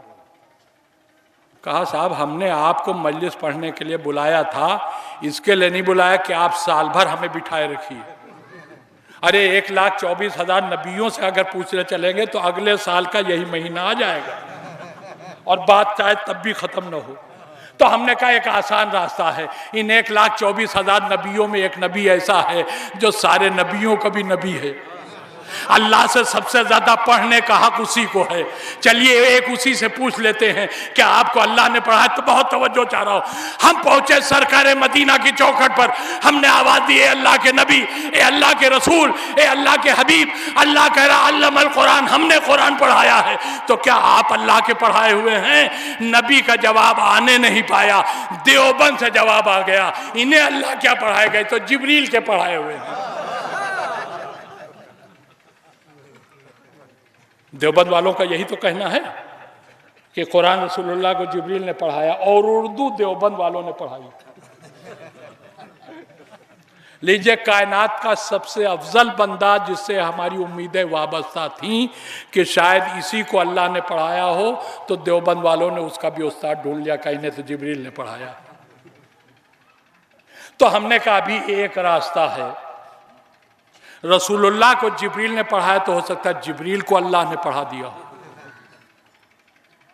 अब जो जुमला कह रहा हूं ये पढ़े लिखे लोग समझेंगे, जिन्हें इल्म नहीं है वो नहीं समझेंगे। मुझे देखना इस मजमे में कितने पढ़े लिखे हैं। हमने कहा हो सकता है जिब्रील को अल्लाह ने पढ़ा दिया हो, तब जिब्रील ने रसूलुल्लाह को पढ़ा दिया। एक साहब बीच में खड़े हो गए, मौलाना आपको किसने मौलाना कह दिया? आप इतनी सी बात नहीं जानते? सूरह रहमान में अल्लाह का शुरू से आखिर तक खिताब या इंसानों से है या जिनों से है, मलक से कहीं कोई खिताब ही नहीं है। तो फिर अल्लामल कुरान का मिस्दाक जिब्रील कैसे हो जाएगा? इसका मतलब जिब्रील भी अल्लाह के पढ़ाए नहीं है। अब कहां ढूंढिएगा अल्लाह का पढ़ाया? अल्लाह का दावा अपनी जगह पर बाकी है, अल्लाह का पढ़ाया कोई नहीं मिल रहा है। ठीक, अच्छा एक बात कहूं, ये जो हमारे सामने बैठे हुए ये वाकईन सब उलमा हैं, और जो वाकईन उलमा होते हैं इन पर हमारी जाने कुर्बान। मगर कुछ ऐसे लोग भी होते हैं जो उलमा होते नहीं है, कहे जाते हैं। उन्हीं में मैं भी हूं। हम आलिम हैं नहीं, मगर हमारे कौम की मजबूरी है, जो मिंबर पर आ गया वो आलिम है। तो हम आलिम हैं नहीं, कहे जाते हैं। तो ये जो होते नहीं हैं और कहे जाते हैं बड़े खतरनाक होते हैं। ये इनकी पहचान बता रहा हूं। ये जो होते नहीं हैं और कहे जाते, किसी सिफत पे किसी मैदान में आप देख लीजिए, जो होते नहीं और कहे जाते बड़े खतरनाक होते हैं। नहीं समझ में आप भी? अरे जो होते नहीं और कहे जाते हैं ये बड़े खतरनाक होते हैं। किसी झूठे को सिद्दीक कहने लगे औकात भूल जाएगा, बहुत खतरनाक होते हैं। अल्लाह बचाए इनसे। तो मैं भी आलिम तो हूं नहीं, जाकिर हूं, लेकिन दुनिया मुझे भी आलिम कहती है। साहब आप आलिम हैं, मैं आलिम की ऐन भी नहीं हूं। और ये जो होते नहीं और कहे जाते हैं, इनकी एक पहचान और भी है, मौका पा जाए तो ये फ़ायदा उठाने से कभी चूकते नहीं है। कौम जहन्नम में जाए, इनका फ़ायदा होना चाहिए। ये है नकली मौलवियों की पहचान। अब मैं आलिम तो हूँ नहीं, कहा जाता हूँ। हमने देखा कि दुनिया वाले अल्लाह का पढ़ाया ढूंढ रहे, इन्हें कोई मिल नहीं रहा है, तो हमने सोचा कि क्यों ना मौके से हम फ़ायदा उठा लें। हम आपकी बस्ती में आए और मिंबर पर हमने ऐलान कर दिया, भाइयों तुम्हें अल्लाह का पढ़ाया नहीं मिल रहा है, आओ हम बताते हैं कौन है ये अल्लाह का पढ़ाया हुआ। अब सारा मजमा जमा हो गया। हम तो ढूंढ ढूंढ के थक गए, जिब्रील तक पहुंच गए, रसूल तक पहुंच गए, कोई मिला नहीं। ये कहाँ से अल्लाह का पढ़ाया लेके आए? जब सारा मजमा जमा हो गया तो हमने कहा सुनोगे अल्लाह का पढ़ाया कौन है? वो अल्लाह के पढ़ाए हैं हम। अल्लाह के पढ़ाए कौन? ये अल्लाह के पढ़ाए हम हैं। पूरा मजमा खड़ा हो गया। हमने आपको मजलिस पढ़ने के लिए बुला लिया, आपकी औकात अब आप अपनी भूल गए। इतना बड़ा दावा कर दिया आपने। हम आपकी मजलिस में थोड़ी सी वाह वाह कर देते हैं, आपके मुकल्लिद नहीं है कि आप जो कह दीजिएगा हम वही मानेंगे। हमने कहा क्यों ना पढ़ाई मानिएगा, हमें अल्लाह का पढ़ाया, हमें पूरा कुरान में तर्जुमे के ज़बानी याद है। उन्होंने कहा कुरान आपको ज़बानी याद है, मैं तर्जुमे के, हम आपको आज से हाफिज जी कहेंगे। मगर आपकी उम्र 65-76 साल की हो गई, इस उम्र में अगर आपको कुरान ज़बानी याद है तो ये इस बात की दलील नहीं है कि आप अल्लाह के पढ़ाएं। हमने कहा अच्छा अगर हमने 60 साल पहले आके यहाँ ये दावा किया होता कि हमें कुरान ज़बानी याद है, हम अल्लाह के पढ़ाए हैं, मान लेते आप? कहा नहीं, उस वक्त भी 9-10 साल के तो आप रहे होंगे। अक्सर ज़हीन बच्चे 10 साल में भी हाफिजा कर लेते हैं। पता नहीं आप जाग रहे हैं या सो रहे हैं। हमने कहा तो फिर एक बात बताओ, हम कुरान किस उम्र में सुनाएं कि तुम हमें अल्लाह का पढ़ाया मान लो? हाय हाय हाय, हम किस उम्र में तुम्हें कुरान ज़बानी सुनाएं कि तुम हमें अल्लाह का पढ़ाया मान लो? क्या मौलाना अगर आपको यही शौक है कि हम आपको अल्लाह का पढ़ाया माने तो फिर ऐसी उम्र में सुनाइए कुरान जिस उम्र में कोई किसी उस्ताद से पढ़ न सके। हमने कहा अगर यही अल्लाह के पढ़ाई की पहचान है तो अपनी बात पर बाकी रहना। तुम्हारे इस बयान किए हुए मेयार पर पूरी कायनात में, पूरी नस्ल आदमियत में सिर्फ एक बंदा है। जब 16 रजब को खाने काबा से अपना फातिमा बिन्ते असद चांद सा बच्चा लेके निकली, ये बच्चा नबी के आगोश में आया, तौरात पढ़ी, ज़बूर पढ़ी, कुरान पढ़ा, कुदरत ने मुस्कुरा के कहा ये है जिसे हमने पढ़ा।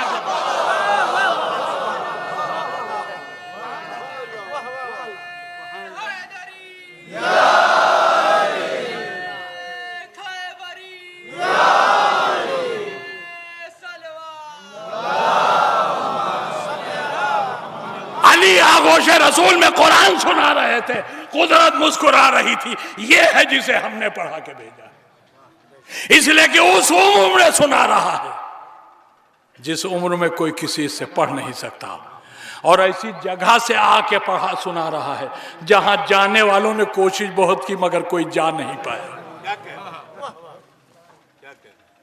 आप तो सब सुने हुए हैं ना, फातिमा बिन्ते असद जब काबे में दाखिल हो गई दीवार में बने हुए दर के जरिए और दीवार जुड़ गई, तो कल मैंने एक जुमला कहा था ना, बदबूदार अबू, ये सब देख रहे थे। का फौरन चाबी लेकर आओ, काबे का दरवाजा खोल के हम अंदर देखेंगे। फातिमा बिन्ते असद अंदर गई, क्या हाल हुआ उनका? जिस चाबी से रोज दरवाजा खुलता था वही चाबी लगा लगा के ये सब परेशान हो गए, नहीं खुलना था, नहीं खुला। क्या नहीं खुला? ताला। मैं कहता हूं क्यों कोशिश कर रहे हो, क्यों मेहनत कर रहे हो, जब अल्लाह ताला नहीं चाहता।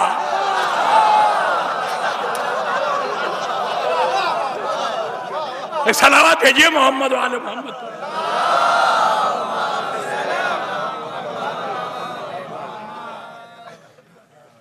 तो अब समझ में आया अल्लाह का पढ़ाया हुआ कौन, और अब कुरान ही से साबित किए जा रहा हूं कि मेरा मौला अली ही है। इस आयत का मिसदाक कोई चाहे कहीं भी ले जाए। बहुत से मौलवियों की तफसीरें मैंने सुनी भी हैं, देखी भी, जो अली को नहीं मानते। इस आयत का मिसदाक मैं साबित किए देता हूं। हमारे यहां बच्चा जब पैदा होता है, गौर से सुनिएगा क्या कह रहा हूं, हमारे यहां जब बच्चा पैदा होता है तो कुछ बड़ा होता है तब बोलना शुरू करता है। मसलन 2.5-3 साल का हो गया तो बोलना शुरू किया, फिर कुछ और बड़ा हुआ, 4-5 साल का जब हुआ तो पढ़ना शुरू किया, और जब 10-12 साल का हो गया तो पढ़ा हुआ सुनाना शुरू किया।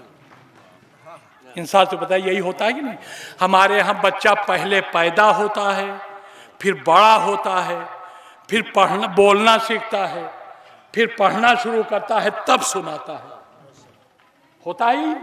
अब जरा कुरान सुनिए, यही सूरह रहमान। अल्लाह कह रहा अर रहमान, मैं बेपनाह रहम करने वाला हूं। अल्लमल कुरान, हमने कुरान पढ़ाया। खलकल इंसान, कुरान पढ़ाने के बाद इंसान को पैदा किया। अल्लाहुल बयान, और जब मैंने पैदा कर दिया तो उसने बयान करना शुरू कर दिया। क्या सुन रहे हो आप? हमारे यहाँ बच्चा पहले पैदा होता है, फिर बोलना सीखता है, तब पढ़ता है। अल्लाह कह रहा हमने पहले पढ़ाया, फिर इंसान को पैदा किया, और जब पैदा किया तो उसने बोलना शुरू कर दिया। इस धरती पर अगर अली के अलावा कोई और ले आओ, हम अली करना छोड़ देंगे। सलावत भेज दीजिए मोहम्मद वाले।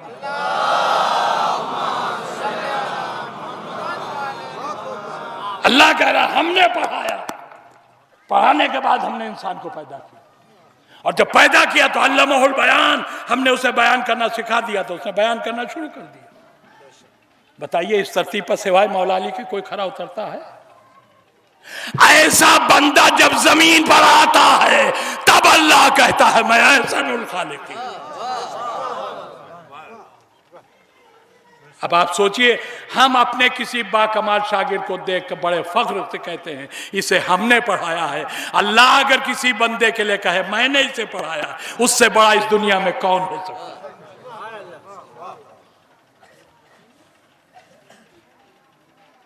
देखिए 1 घंटा हो गया और मेरी मजलिस अभी आधी भी नहीं हुई।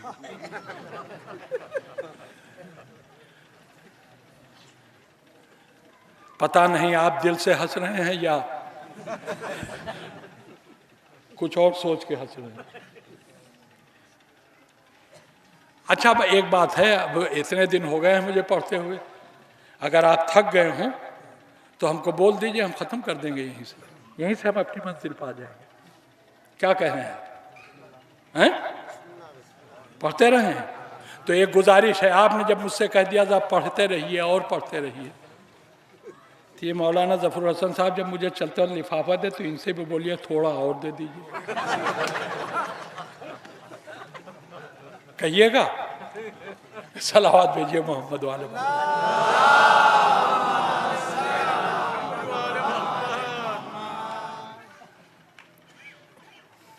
अब इस घराने में एक बीवी भी है,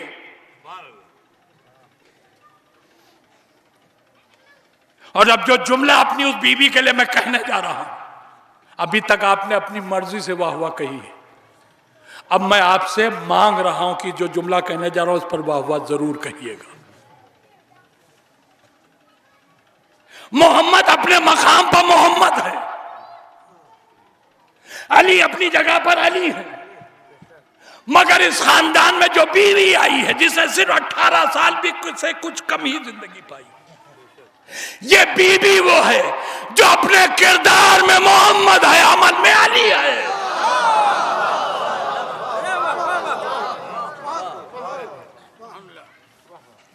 ये अपने वक्त की मोहम्मद भी है। मोहम्मद का काम तबलीग करना था, मोहम्मद की रिसालत का जुज़ होकर तबलीग दीन भी कर रही है। इमाम का काम है दीन को महफूज रखना। मेरी शहजादी वो है जो दीन की तबलीग भी कर रही, दीन को महफूज भी रख रही। तो मैंने गलत तो नहीं कहा कि यह किरदार में मोहम्मद है, अमल में अली है। और अब इसकी अजमत अगर समझना है, जाहिर बात तफसील में नहीं जा सकता मैं, इसकी अजमत समझना है तो इसके बाप की जबान से निकली हुई चंद लफ्जें सुन लीजिए। बाप ने कही, उम्मो अबीहा, हजारों मर्तबा का सुना हुआ फिक्रा है कि नहीं? उम्मो अबीहा क्या मतलब है इसका? अपने बाप की मां। किसने कहा ये जी? जोर से बोलिए। रसूल ने कहा? मैं मिंबरे रसूल की कसम खा के कहता हूं मेरे रसूल ने नहीं कहा। अब जितना चकरा सकते हो आप चकराइए। अज़मत परवरदिगार की कसम खा के कह रहा हूं मेरे रसूल ने नहीं कहा। आप कहेंगे इस पागल हो गया गर्मी में। अरे हम बचपन से अपने बड़े बड़े उलमा से सुनते आए हैं, ये अभी खुद कह चुके हैं कि आलिम की आइन भी नहीं है, और दावा इतना बड़ा कि रसूल ने नहीं कहा है। अब मैं सच कह रहा हूं नहीं कहा, साबित ना करूं मिंबर से उतार लीजिएगा, नहीं कहा मेरे रसूल ने। आप सब चीख पड़े गलत बोल रहे हैं, झूठ बोल रहे हैं। हमने कहा मेरे सच्चे नबी की कसम, नबी ने नहीं कहा है उम्मो अबिया। अब आपको हक है मुझसे पूछे कि मैं क्यों कह रहा हूं। हमने कहा नबी से कोई बात मंसूब करना है तो पहले कुरान में नबी की सीरत पढ़ो। एक तरफ से आवाज आई है कुरान में नबी की सीरत कहां है? हमने कहा एक ही फिक्र है जिसमें अल्लाह ने अपने नबी की सीरत बयान की। वो मा यंतिकु अनिल हवा इन हुवा इल्ला वह्यु यूहा। खुद अल्लाह कह रहा मेरा नबी उस वक्त तक बोलता ही नहीं जब तक मैं उसे बोलवाऊं नहीं।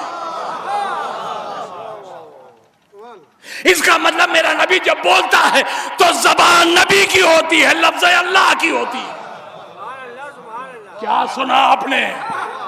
मेरा नबी जब भी बोलता है तो जबान नबी की इस्तेमाल होती है, लफ्ज़ अल्लाह की होती है। अब अगर नबी की जबान से निकला है उम्मो अबीहा तो मुझे कहने का हक है कि नहीं? मेरे नबी ने कहा नहीं है, अल्लाह ने कहलवाया है।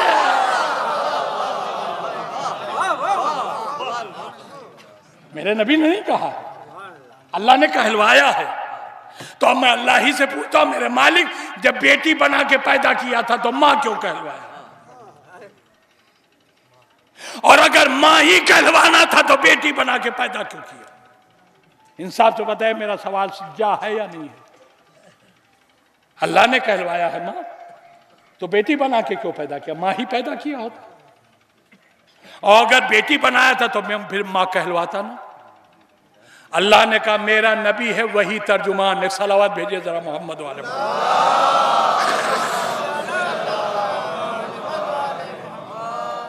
मेरा नबी है वही तर्जमान। जैसे मेरा कुरान के लिए हुक्म है कि सरसरी में ना पढ़ा करो, सरसरी नजरों से इसे ना देखा करो, गौर किया करो, इसमें फिक्र से काम लो, तदब्बुर से काम लो। वैसे ही मेरे नबी की जबान से अगर कोई जुमला निकले तो उसे हल्के में मत लिया करो, गौर किया करो, तदब्बुर से काम लो, फिक्र से काम लो, सोचो क्या कहा नबी ने, इसका मफहूम क्या हो सकता है। तो उम्मो अबीहा मेरे नबी की जबान से अल्लाह ने क्यों कहलवाया? मैंने गौर करना शुरू किया। अब यह दावा तो नहीं कर सकता मैं कि जो मैंने सोचा वही सही है, लेकिन हाथ जोड़ के गुजारिश है पूरे मजमे से, अगर अच्छी लगे मेरी फिक्र तो मेरे हक में दुआ जरूर कीजिएगा। और दुआ भी सिर्फ एक, दूसरी कोई दुआ नहीं। मैं जिंदगी के आखिरी सांस तक इन्हीं मोहतरम शख्सियतों की गुलामी में गुजर जाऊं। मैं मरूं तो इन्हीं का जिक्र करते हुए इन्हीं के फजाइल बयान करते, बस यही एक तमन्ना है। तो मैंने जो नतीजा निकाला वो आपके हवाले कर रहा हूं। उम्मो अबीहा अल्लाह ने क्यों कहलवाया अपने नबी से? उम्मो अबीहा यानी बाप की मां। अपने बाप की मां। बाप का नाम क्या था? मोहम्मद। इसका मतलब सैयदा मोहम्मद की मां। मोहम्मद कौन है? कुरान ने कहा वहां वमा मोहम्मदुन इल्ला रसूल। मोहम्मद रसूल के अलावा कुछ नहीं है। इसका मतलब सैयदा रसूल की मां। रसूल किसे कहते हैं? का जिसकी पूरी जिंदगी सिर्फ रिसालत हो। इसका मतलब सैयदा रिसालत की मां। रिसालत किसे कहते हैं? का कवानीन इलाहिया के मजमूए का नाम है रिसालत। इसका मतलब सैयदा कवानीन इलाहिया की मां। कवानीन इलाहिया का कोई और नाम है? का कवानीन इलाहिया ही को कहते हैं शरीयत। इसका मतलब सैयदा शरीयत की मां। शरीयत को हम कुछ और भी कह सकते हैं कि शरीयत ही का नाम है दीन। नहीं तवज्जो दी आपने। शरीयत ही का नाम है दीन, इसका मतलब सैयदा दीन की मां। हमने कुरान से पूछा बता दीन किसे कहते हैं? कुरान ने कहा इन्ना दीना इंदल्लाहिल इस्लाम, अल्लाह के नजदीक दीन तो सिर्फ इस्लाम है। इसका मतलब सैयदा इस्लाम की मां। नहीं, अभी बात मुकम्मल नहीं हुई। सैयदा है इस्लाम की मां। अब कोई बीबी इस बात पर बहुत ना इधर आए कि मैं मुसलमानों की मां हूं। यह जहन में रहेगी मेरी शहजादी है इस्लाम की मां। मुसलमान की मां होना और है, इस्लाम की मां होना।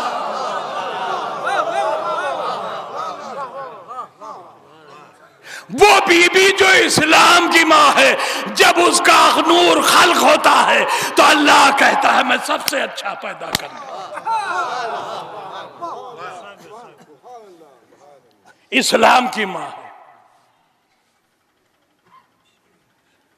मुसलमान की मां होने का क्या मतलब? कोई फजीलत है इसमें? आप यकीन जानिए आपको मुसलमानों में बहुत से चोर मिलेंगे, बताइए हैं कि नहीं है? बेईमान मुसलमान है कि नहीं है? मुनाफिक मुसलमान है कि नहीं है? झूठा मुसलमान है कि नहीं है? मक्कार मुसलमान है कि नहीं है? तो मुसलमान की मां होने का क्या मतलब? चोर की मां, बेईमान की मां, मक्कार की मां, मुनाफिक की मां। मैं कौन सी फजीलत की बात है? मेरी शहजादी है उस इस्लाम की मां जिसमें आयब नाम की चीज ढूंढ के भी न मिले।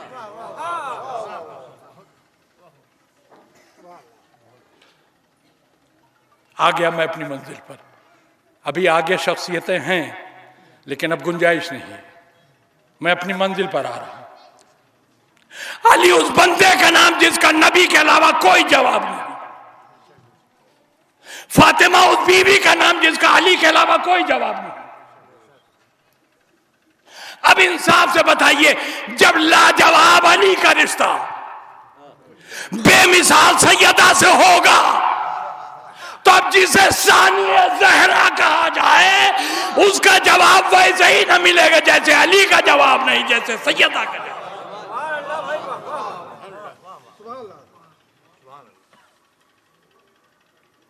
ज़ैनब को ऐसे ही सानिया ज़हरा नहीं कहा गया। बस ये फजाइलो कमालात जनाब सैयदा थे जो सिमट के किरदार ज़ैनब में आ गए, जिसने इसे सानिया ज़हरा बना दिया। आप कहेंगे जनाब सैयदा मासूमा है, मौला अली मासूम है, लिबास इस्मत पोश है। शहजादी ज़ैनब को तो अल्लाह ने इस्मत का लिबास नहीं पहनाया। तो इबाद लिबास इस्मत नहीं पहनाया, ये इस बात की दलील नहीं है कि कमाल इस्मत नहीं था। मैं एक मिसाल दे दूं। किसी नौकरी के लिए अगर नौजवानों से कहा जाए फॉर्म भरिए और हमें फर्स्ट क्लास डॉक्टरेट की डिग्री रखने वाले चाहिए, एक जगह का ऐलान हो हजारों दरखास्तें आ जाएंगी और यहां लेना है फकत 12-13 आदमियों को।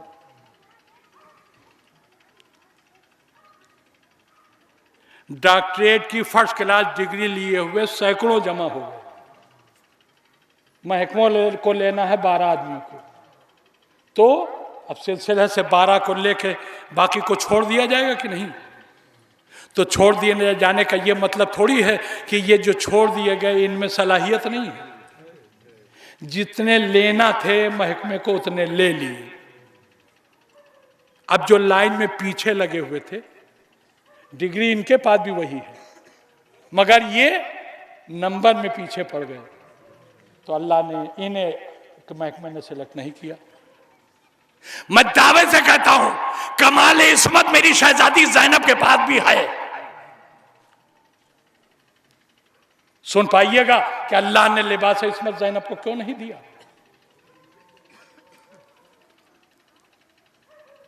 आलम अरवाह में मासूमीन का इंतखाब हुआ।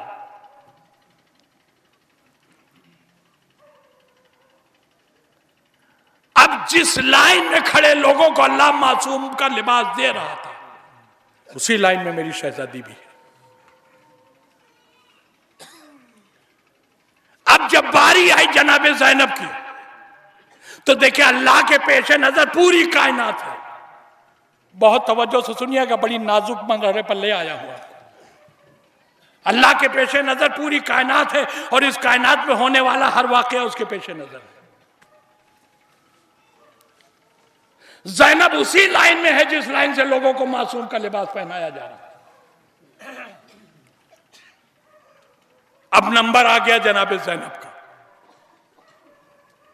अब अल्लाह ने आवाज दी, मेरी कनीज़े खास की बेटी ज़ैनब, तू भी इस लायक है कि मैं तुझे लिबास इस्मत पहना दूं। मगर एक जुमला कह रहा हूं, देखिए अभी मसाइब पर आया नहीं हूं, लेकिन अब दरमियान में जुमला ऐसा कहना पड़ा है जो मसाइब से करीब है। मौला अली को जब मदीने में गिरफ्तार किया गया, शहजादी सैयदा ने आवाज दी, छोड़ दो अली को वरना मैं बालों को बिखरा दूंगी। कहा था कि नहीं? इतना फकत कहा था, आसारे कयामत पैदा हो। मस्जिद की दीवारें अपने मकाम से बुलंद होने लगी, दरवाजे टकराने लगे। इसका मतलब यह है कि साहिबे इस्मत बीबी अगर अपने बालों को खोल दे तो कयामत आ जाएगी। साहिबे इस्मत बीबी का अगर सर खुल जाए तो कयामत का आना लाजमी है। जब ज़ैनब की बारी आई, अल्लाह ने आवाज दी, ज़ैनब लिबास इस्मत पहनने की मुकम्मल हकदार हो तुम, मगर मुझे तुम्हारे जरिए अपना दीन बचाना है। ज़ैनब तुम्हें करबला से शाम तक खुले सर जाना है। अगर मेरा दीन बचाना है तो लिबास इस्मत छोड़ना पड़ेगा। इसलिए कि अगर इस्मत का लिबास पहन के तुम्हारे सर के बाल खुले तो दुनिया में कयामत आ जाएगी। अब या तो इस्मत का लिबास पहन लो या मेरा दीन बचा लो। कुछ समझ में आया आपकी? ज़ैनब ने आवाज दी, मालिक मुझे लिबास इस्मत नहीं चाहिए, मैं सर के बालों को खोलकर करबला से शाम चली जाऊंगी ताकि तेरा दीन बच जाए। कुछ समझे आप? अगर करबला में इस्लाम बचाना ना होता तो सैयदा के बाद इस घर की दूसरी मासूमा ज़ैनब।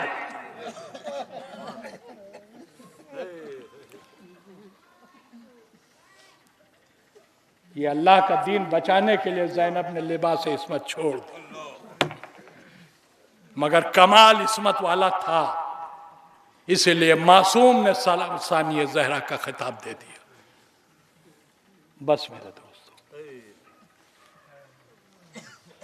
सलाम भेजो अपनी उस शहजादी पर और बेहद बेहिसाब सलाम भेजो जिसने तुम्हें अपने खुले हुए बालों पर रोने का मौका देकर जन्नत का हकदार बना दिया। वरना लिबास इस्मत पहन लेती तो आज आप ज़ैनब के नाम पर इस तरह से बिलक के रोते थोड़ी। अब आप समझे, गैर मासूमा न समझिएगा। गुफ्तगू बहुत तवील है, लेकिन मैं समेट के कह रहा हूं। हमारे उलमा ने इस्मत की 3 किस्में बयान की हैं।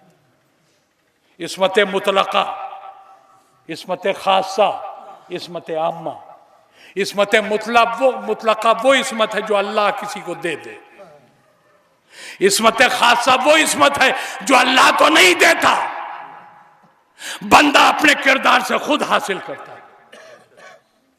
इस घराने में जनाब ज़ैनब, जनाब अब्बास, जनाब अली अकबर, ये इस्मत खासा के मालिक लोग हैं, जिन्हें अल्लाह ने लिबास इस्मत नहीं दिया था, लेकिन इन्होंने अपने किरदार से खुद इस्मत को हासिल कर लिया। और अगर अब आप मुतवज्जे हैं तो मैं एक जुमला कहूं, सैयदा वो बीबी है जैसे अल्लाह ने लिबास इस्मत पहनाया है।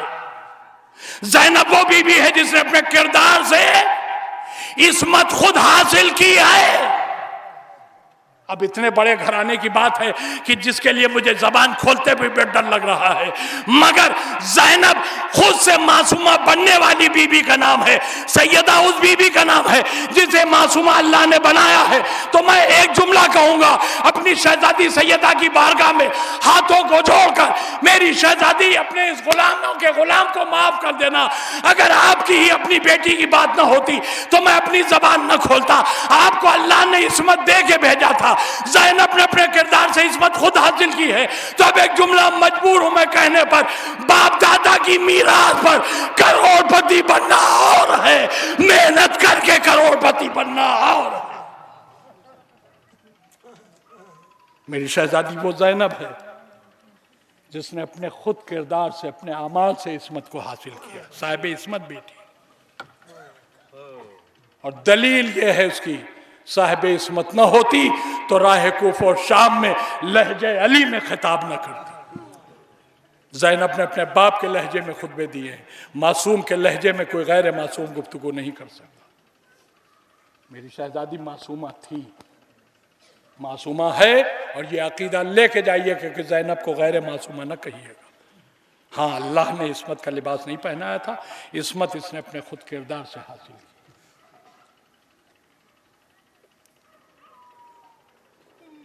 अब जो वजह इस्मत न मिलने की थी वो मैंने आपके सामने रख दी। करबला से शाम तक खुले सर बाजारों से गुजरी है मेरी शहजादी,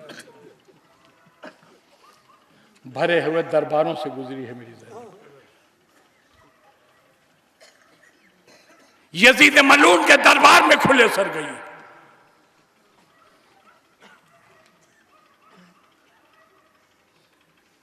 दिल तो बार बार आवाज दे रहा था मैं फातिमा की बेटी हूं, उस मां की बेटी हूं जिसका जनाजा अंधेरी रात में उठा।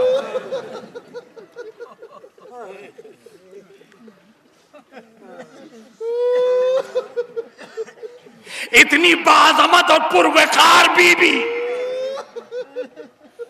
कि हुसैन जब मैदान में जाने लगे, मक्तल में जाने लगे, तो अपनी जिम्मेदारियां ज़ैनब के हवाले करके गए।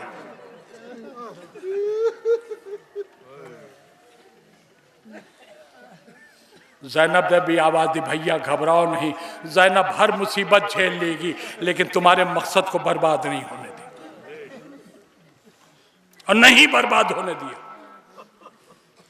फातेह शाम बीबी का नाम है ज़ैनब, जिस यजीद मलून ने हुसैन पर रोने पर कोड़े मरवाए थे, जिस मलून ने ताजियाने बरसाए पुछते ज़ैनब पर, उसी शाम में ज़ैनब ने यजीद से मकान खाली करा के हुसैन की सफेदा बिछा के यजीद को शिकस्ते फाड़ दे दी।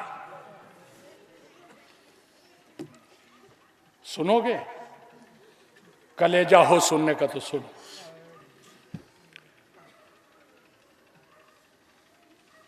आप सुनते हैं, जाकिरीन से सुनते हैं, बराबर सुनते हैं।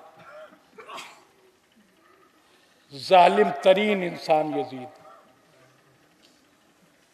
लेकिन एक दिन उसने खुद इरादा कर लिया कि ये जिन्हें हमने कैद में रखा इन्हें आज़ाद कर देते हैं। ये आज़ादी मोहब्बत में नहीं थी, अकीदत में नहीं थी, मजबूरी में थी। ज़ैनब के नौहों ने पूरे शाम को हुसैन का आज़ादार बना दिया था, और अगर कुछ दिन शहजादी इसी कैद खाने में रह जाती तो यजीद के खिलाफ बगावत इसी शाम से शुरू होती। यजीद ने देखा अगर ये कैदी रहे तो मेरा तख्ता बचेगा नहीं। मेरे बीमार इमाम को कैद खाने से अपने दरबार में बुलाया। अब कलेजा थाम के सुनो, बस पढ़ चुका मैं, मगर अब वो मसाइब सुन लो जो आपको जिंदगी भर रुलाएंगे जब आप याद करेंगे। मेरे चौथे इमाम को कैद खाने में बुलाया गया, एक हद्दाद को बुलाया। हद्दाद यानी लोहार, का इनकी हथकड़ी काट दो, जुमला बर्दाश्त कर सको तो बर्दाश्त करो। जब उस लोहार ने हथकड़ी काटी तो कलाइयों का गोश्त जल चुका।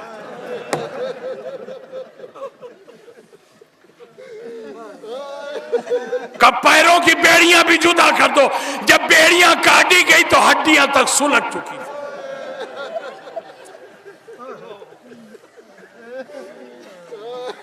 आपकी चीखें निकल गई सुन के।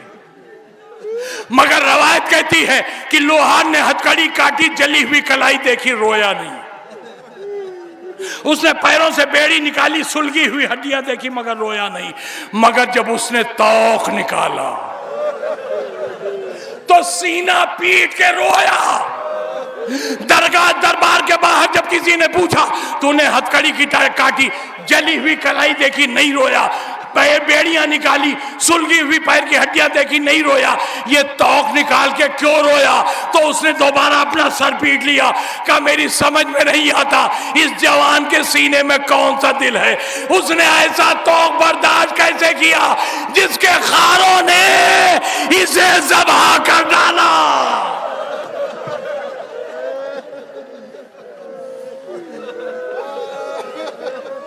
क्या जुमला कहा उसने?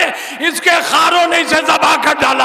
अब फिर मैं एक जुमला कहूंगा, मौला हुसैन के गले पर शिमरे मलून ने 70 मरतबा खंजर फेरा। 70 मरतबा खंजर फेरने में कितना टाइम लगा होगा? बहुत से बहुत आधा घंटा, पौन घंटा, 1 घंटा। ए मेरे आका हुसैन, अपना सीना पीट लेने को दिल चाहता है, आप 1 घंटा ज़बाह हुए। हाय मेरा सैयद सज्जाद जो साल भर तक ज़बाह होता रहा।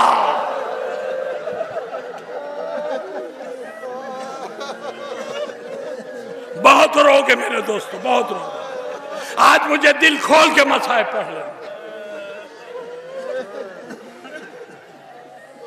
मेरा इमाम दरबार से हथकड़ी, बेड़ी और तौक कटवा के कैद खाने में आ गया। यहां ज़ैनब मुसल्ला बिछाए दुआ मांग रही। ए मेरे अल्लाह, मेरे भैया की 2 निशानियां मेरे पास थी, एक सकीना, एक सज्जाद। सकीना को ज़ैनब बचा न पाई। मेरे मालिक, मेरा लाल कातिल के दरबार में गया है। ए मेरे अल्लाह, मेरी इज्जत बचा ले, मेरे भैया की अमानत को जिंदा लौटा दे।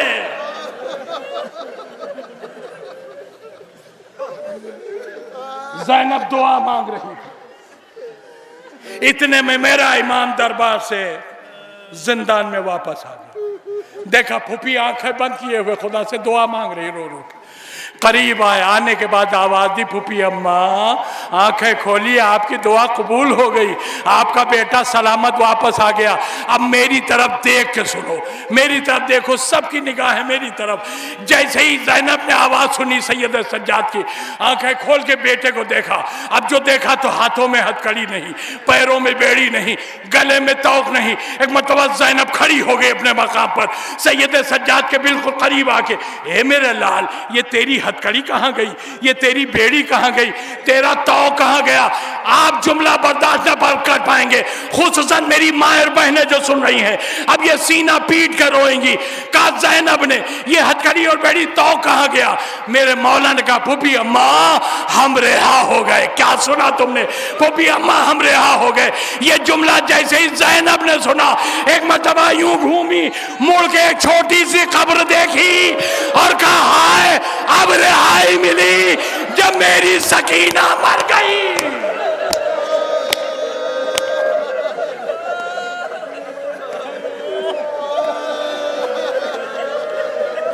जज़ाकल्लाह, जज़ाकल्लाह। खुदा कभी तुम्हें किसी गम में न रोना है सिवाय करबला वालों के गम में। ए मेरी शहजादी सैयदा, ये आपके बेटे के आजा बेटों के आजादार, ये आपके लाल को रो रहे हैं, इनके आंसुओं को अपने रुमाल में समेट लीजिए। ए मेरी शहजादी, इन्हें हर बला से महफूज रखिएगा। ज़ैनब ने सीना पीट लिया, हाय अब रिहाई मिली जब मेरी सकीना मर गई। खुदा की कसम, कयामत आ गई कैद खाने में, दरो दीवार हिल रहे हैं, हाय सकीना। बड़ी देर तक बीवियों ने सरो सीना पीट पीट कर मातम किया। कुछ देर के बाद बीवियों ने अपने आंसुओं को काबू में किया, गिरिया रोका। तमाम बीबियों की सरदार है मेरी शहजादी। सारी बीबियां खामोश हैं, कोई सवाल नहीं कर रही। एक मरतबा मेरी शहजादी बोली, मेरे लाल सज्जाद, यजीद ने रिहा कर दिया, फिर तुमने फैसला क्या किया? मेरे मौला ने अपने फूफी के सामने हाथ जोड़े, फूफी अम्मा मैंने कोई फैसला नहीं, मैंने तो यजीद से कह दिया है, अब फैसला मेरी फूफी करेगी। आप चाहें तो यहीं रहें, आप चाहें करबला जाएं, आप चाहें मदीना जाए, फैसला आपको करना। का मेरे लाल, अगर फैसला तूने मेरे ऊपर छोड़ा है तो ज़ैनब ना अभी करबला जाएगी, न ज़ैनब अभी मदीना जाएगी। यजीद से कहो हमारे लिए एक मकान खाली करे, हम अपने भैया की फर्श अज़ा बिछाएंगे। अभी तो ज़ैनब अपने भाई को दिल खोल कर रोई नहीं है। अज़ादारों में एक जुमला कहूं, सबसे पहली फर्श अज़ा ज़ैनब ने बिछाई है। ये जिस फर्श अज़ा पर तुम बैठे हो, ये तुम्हारी शहजादी ज़ैनब की अमानत है। इसे बड़े एहतराम से सलामत रखना, इसकी कभी तौहीन न होने देना, ये ज़ैनब की अमानत है।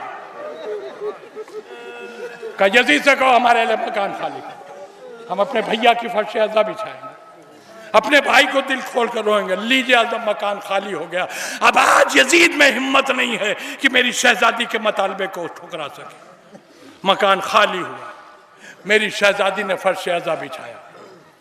आपके यहाँ शब्बेदारियाँ होती हैं मुहर्रम में, मुझे मालूम है, 2 महीना 8 दिन में करिया करिया शब्बेदारियाँ होती। दुनिया क्या शब्बेदारी करेगी जैसी शब्बेदारी मेरी शहजादी ज़ैनब ने किया है। कैद खाने से छूटने के बाद 7 दिन तक कंटिन्यू ज़ैनब ने हुसैन का मातम किया। न दिन में मातम रुका है न रात में, इतनी लंबी शब्बेदारी। और 7 दिन के मातम के बाद मेरी शहजादी ने दूसरा ऑर्डर दिया, मेरे लाल सज्जाद यजीद से कहो हमारे शहीदों के सर हमें दे दो। जाहिर सी बात है मैं सारे सरों का तस्करा नहीं कर सकता, एक एक सर आ रहा है, एक एक बीबी लेके मातम कर रही, नौहा कर रही। कलेजा थाम के सुनो, जहां पर ले आया हूं, अब अगर कोई पत्थर दिल भी है तो उसका दिल भी बह के आंसुओं की शक्ल में निकलेगा। सबसे आखिर में जनाब अब्बास का सर है। एक मरतबा मकान के दरवाजे पे एक आवाज बुलंद हुई, बीबियों खबरदार हो जाओ, अलमदार लश्कर हुसैनी अब्बास का सर आ रहा है। सारी बीबी अपने मकान पर खड़ी हो गई। अब्बास का सर मकान में दाखिल हुआ। रावी कहता मैंने खुद देखा, जब तक सर मकान से बाहर था आंखें अब्बास की खुली हुई थी, मगर जैसे ही ये सर मकान में दाखिल हुआ अब्बास ने आंखें बंद कर ली। ज़ैनब दौड़ी, अरे मेरा भैया आया।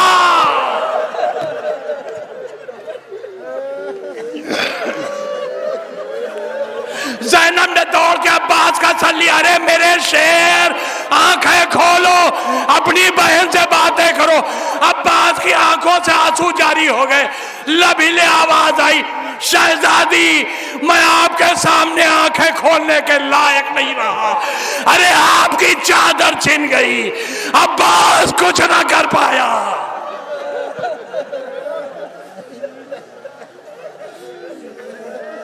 फिर कैद खाने में कोहराम बरपा है। हर बीबी अब्बास के सर को देख देख के कह रहे, अब्बास तुम्हारे बाद हमारी चादर छीनी गई, अब्बास तुम्हारे बाद हमारे बाजुओं में रस्सी बांधी गई, अब्बास तुम्हारे बाद हमारी पुष्प पर ताजियाने बरसे। बस 2 या 3 मिनट की जहमत, अब खुद मेरे सीने में दम नहीं, मगर बात को मुकम्मल करूंगा। एक मरतबा मकान के दरवाजे पर फिर एक आवाज आई, बीबियों बादब होके खड़ी हो जाओ, इमाम ज़माना सैयद सज्जाद अपने चचा से मिलने आ रहे हैं। अब फिर मैं कह रहा हूं मेरी तरफ देखो, मेरी तरफ देख के सुनो। सारी बीबियां इमाम ज़माना सज्जाद के एहतराम में खड़ी हो गई। अब भी लोगों ने क्या देखा, एक नहीफ, एक लागर, एक बूढ़ा, एक ज़ईफ इंसान एक हाथ से अपनी कमर पकड़े है, एक हाथ से दीवार का सहारा लिए हुए मकान के अंदर दाखिल हुआ। हर कदम पर कह रहा या अली मदद, या अली मदद। ज़ैनब दौड़ी, अरे मेरे लाल तेरे पैर इतने जख्मी हैं कि तू चलने के लायक नहीं है, तू यहां क्यों आ गया? इमाम ने कहा फूफी अम्मा मुझे आने से रोकिए नहीं, मुझे अपने चचा से मुलाकात करनी है, लाइए मेरे चचा का सर मुझे दीजिए। ज़ैनब ने भाई का सर भतीजे के हवाले किया, भतीजे ने चचा के मुंह पे मुंह रखा। रावी कहता है दोनों बहुत देर तक रोए, अब्बास भी रोए, सज्जाद भी रोए, दोनों के दरमियान कुछ गुफ्तगू भी हुई, मगर किसी को पता नहीं चचा ने भतीजे से क्या कहा, भतीजे ने चचा से क्या कहा। एक मरतबा मेरे इमाम ने चचा के चेहरे से अपना चेहरा उठाया, शहजादी ज़ैनब की तरफ घूमे, फूफी अम्मा बाबा के बाद इमाम ज़माना मैं हूं ना? ज़ैनब ने कहा हाँ मेरे लाल तू इमाम ज़माना है। कहा फूफी अम्मा तो इतना और बता दे, इमाम ज़माना अगर कोई हुक्म दे दे तो उस पर अमल वाजिब है कि नहीं? कहा बेशक वाजिब है। कहा फूफी अम्मा आज तक आपके इस बेटे ने आपको बहैसियत इमाम कोई हुक्म नहीं दिया है, लेकिन आज मैं आपको एक हुक्म दे रहा हूं, इस सर को लेकर मैं कहीं जाऊंगा। हाय हाय हाय, अरे कलेजा पकड़ो। अगर रोते रोते कोई मर भी जाए तो कम है, ज्यादा नहीं है। कब के फूफी अम्मा ये सर लेकर मुझे जाना है कहीं, लेकिन मेरे पैरों में चलने का दम नहीं है, लिहाजा आप मेरा बाजू पकड़ लेकर मेरे साथ चलिए, मगर रास्ते में मुझसे पूछिएगा नहीं कि मैं कहाँ जा रहा हूँ। का बेटा अगर तेरा बहजत इमाम हुक्म है तो ज़ैनब तेरा बाजू पकड़ के चलेगी, मगर तुझसे रास्ते में कुछ न पूछेगी। का तो फिर बाजू पकड़िए। अब इमाम ने चचा का सर संभाला, ज़ैनब ने इमाम को संभाला। इमाम मकान से बाहर निकले, ज़ैनब साथ साथ मकान से बाहर निकली। इमाम चचा का सर लिए हुए एक गली में घूम गए, ज़ैनब भी साथ में गली में घूम गई। इमाम दूसरी गली में घूमे, ज़ैनब भी दूसरी गली में घूम गई। गलियां घूमते घूमते सैयद सज्जाद अब्बास का सर लिए हुए आगे बढ़ रहे हैं। ज़ैनब परेशान है, मेरा भतीजा अब्बास का सर लेकर कहां जाएगा? मगर एक मरतबा ज़ैनब का कलेजा फट गया। क्या देखा? सज्जाद चचा का सर लिए हुए कैद खाने के दरवाजे पर आ गए। आवाज दिए सकीना, बहुत चचा को याद करती थी, लो आज चचा को मैं ले आया। ए सकीना उठो, अपने चचा से बातें करो। ये कह के सरे अब्बास कब्र सकीना पे रखा। सकीना की कब्र हिली, अंदर से आवाज आई, ए मेरे चचा आपके बाद मुझे तमाचे मारे गए। ए चचा आपके बाद मेरे बुंदे नोच लिए गए। ए मेरे चचा आप मर गए। सकीना प्यासी मर गई, किसी ने उसे शेर होके पानी न पिलाया। अब्बास के लब हिले, ए मेरी बच्ची खामोश हो जा, तेरे चचा का कलेजा फट रहा है। काश अब्बास रज़ा इलाही से मजबूर न होता तो किसी में हिम्मत रहती जो तुझ पर जुल्म करता। हाय सकीना मेरी बेबसी पर मुझे माफ कर दे, तेरा चचा तुझसे शर्मिंदा है। वाह मुसीबता, वाह गुर्बता, वाह।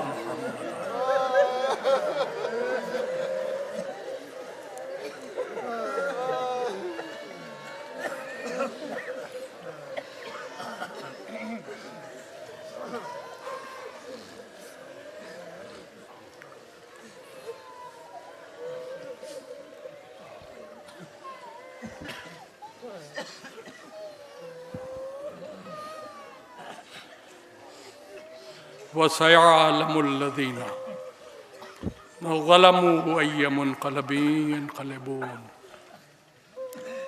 लानतुल्लाहि अलल क़ौमिज़ ज़ालिमीन। बारलाहा तेरी बारगाह में ये हुसैन के ग़ुलामों के ग़ुलाम हाथों को फैलाए हुए मेरे मालिक, इस मुख्तसर से हमारी अज़ा को कबूल फरमा। इसी ज़िक्र के सदक़े में हम सब के गुनाहों को माफ़ कर दे। मेरे मालिक हमारे माँ बाप के गुनाहों को माफ़ कर दे, वो मोमिनीन और मोमिनात जो आज इस दुनिया में मौजूद नहीं, पूरी दुनिया में जहाँ कहीं भी वो मोमिनीन जो आज इस दुनिया से जा चुके हैं, उन सब के गुनाहों को माफ़ फरमाते हुए मेरे मालिक उन्हें जवार रहमत में जगह इनायत फरमा, खुसूसन वो मरहुमीन जिनके इसाले सवाब के लिए मजलिस की गई। ए मेरे मालिक, हम जब तक ज़िंदा रहें इश्क़ रसूल और आले रसूल के साथ, जब इस दुनिया से जाएं तो यही मोहब्बत इश्क़ अहले बैत, मोहब्बत व इश्क़ अहले बैत हम अपने दिल में लिए हुए जाएं। मेरे मालिक, हमारे मुक़द्दस शहीदों के रोज़ों को दुश्मनों की निगाह बद से महफूज व महमून रख। जो लोग जा चुके हैं उन मुक़द्दस मकामात पर उन्हें बार बार मौका इनात फरमा, और जो लोग एक बार भी नहीं गए मेरे मालिक, ज़िंदगी में एक बार उन्हें रोज़े हुसैन ज़रूर दिखा दे। ए मेरे परवरदिगार, तुझे वास्ता है मोहम्मद वाले मोहम्मद अलैहिस्सलाम का, हमारी कौम में जितने भी नौजवान बेरोज़गार होने रोज़गार से लगा दे। ए मेरे परवरदिगार, जो लोग बीमार होने बेहक के बीमार करबला शिफाए कामिला अता फरमा, जो मकरूज़ होने कर्ज से अदा फरमा, जो रोज़ी से महरूम है उन्हें रोज़ी का मालिक बना दे, जो रोज़ी कमा रहे हैं उनकी रोज़ी में इजाफ़ा कर दे। मेरे मालिक, मेरे परवरदिगार, इन्हीं करबला वालों के सदक़े में हम सब पर अपनी रहमतों का साया रख। मेरे मालिक, हम जब तक ज़िंदा रहें सिर्फ हुसैन को रोए और कोई गम हमें न दे। ए मेरे परवरदिगार, हमारे उलमाए आमिलीन, हमारे मराजे कराम जहाँ जहाँ भी हों उन्हें अपने रहमत के साए में रख, और हमारे मराजे कराम को खुसूसन आयतुल्लाह सिस्तानी और आयतुल्लाह खामेनी मद्दज़लहुल आली को उम्र नूह व खिज़र व इलियास अता फरमा। लेकिन ए मेरे परवरदिगार, ये अब हम सब की दुआ है, तमन्ना है, आरजू है, हमारे ये जो मुक़द्दस मराजे कराम हैं इनकी मरजइयत को अब ज़ुहूर इमाम ज़मान से मिला दे। मेरे मालिक, हमारा वारिस, हमारा इमाम ज़माना जो हम सब की ज़िंदगियों का मालिक है, उसे जल्द से जल्द हमारे सामने भेज दे, और हम सबको ऐसा मोमिन बनने की तौफीक दे कि जब हमारा इमाम हमारे सामने आए तो हम सब अपने मौला के ग़ुलामों में शुमार हों, अपने आका की फ़ौज का हिस्सा बने, और अपने मौला की फ़ौज का हिस्सा बनकर उन मलूनों को हम अपने इन्हीं हाथों से सज़ा दें, कत्ल करें उन्हें, जिन्होंने औलाद रसूल को तड़पाया है, जिन्होंने औलाद रसूल को रुलाया है, जिन्होंने हमारी शहज़ादी सैयदा का पहलू शिकस्ता किया है, जिन्होंने हमारी शहज़ादी के घर में आग लगाई है। मेरे मालिक, हमारे अमाल अगर हमें जहन्नम में ले जा रहे हैं तो हमें जहन्नम कबूल है, मगर मेरे परवरदिगार, एक बार हमें इतना मौका ज़रूर दे देना कि जिन लोगों ने, जिन मलूनों ने हमारी शहज़ादी को नाहा पढ़ने पर मजबूर किया है, हम उन्हें अपने इन हाथों से सज़ा ज़रूर और ज़रूर दें। फ़तक़ब्बल मिन्ना इन्नका अंतस समीउल अलीम।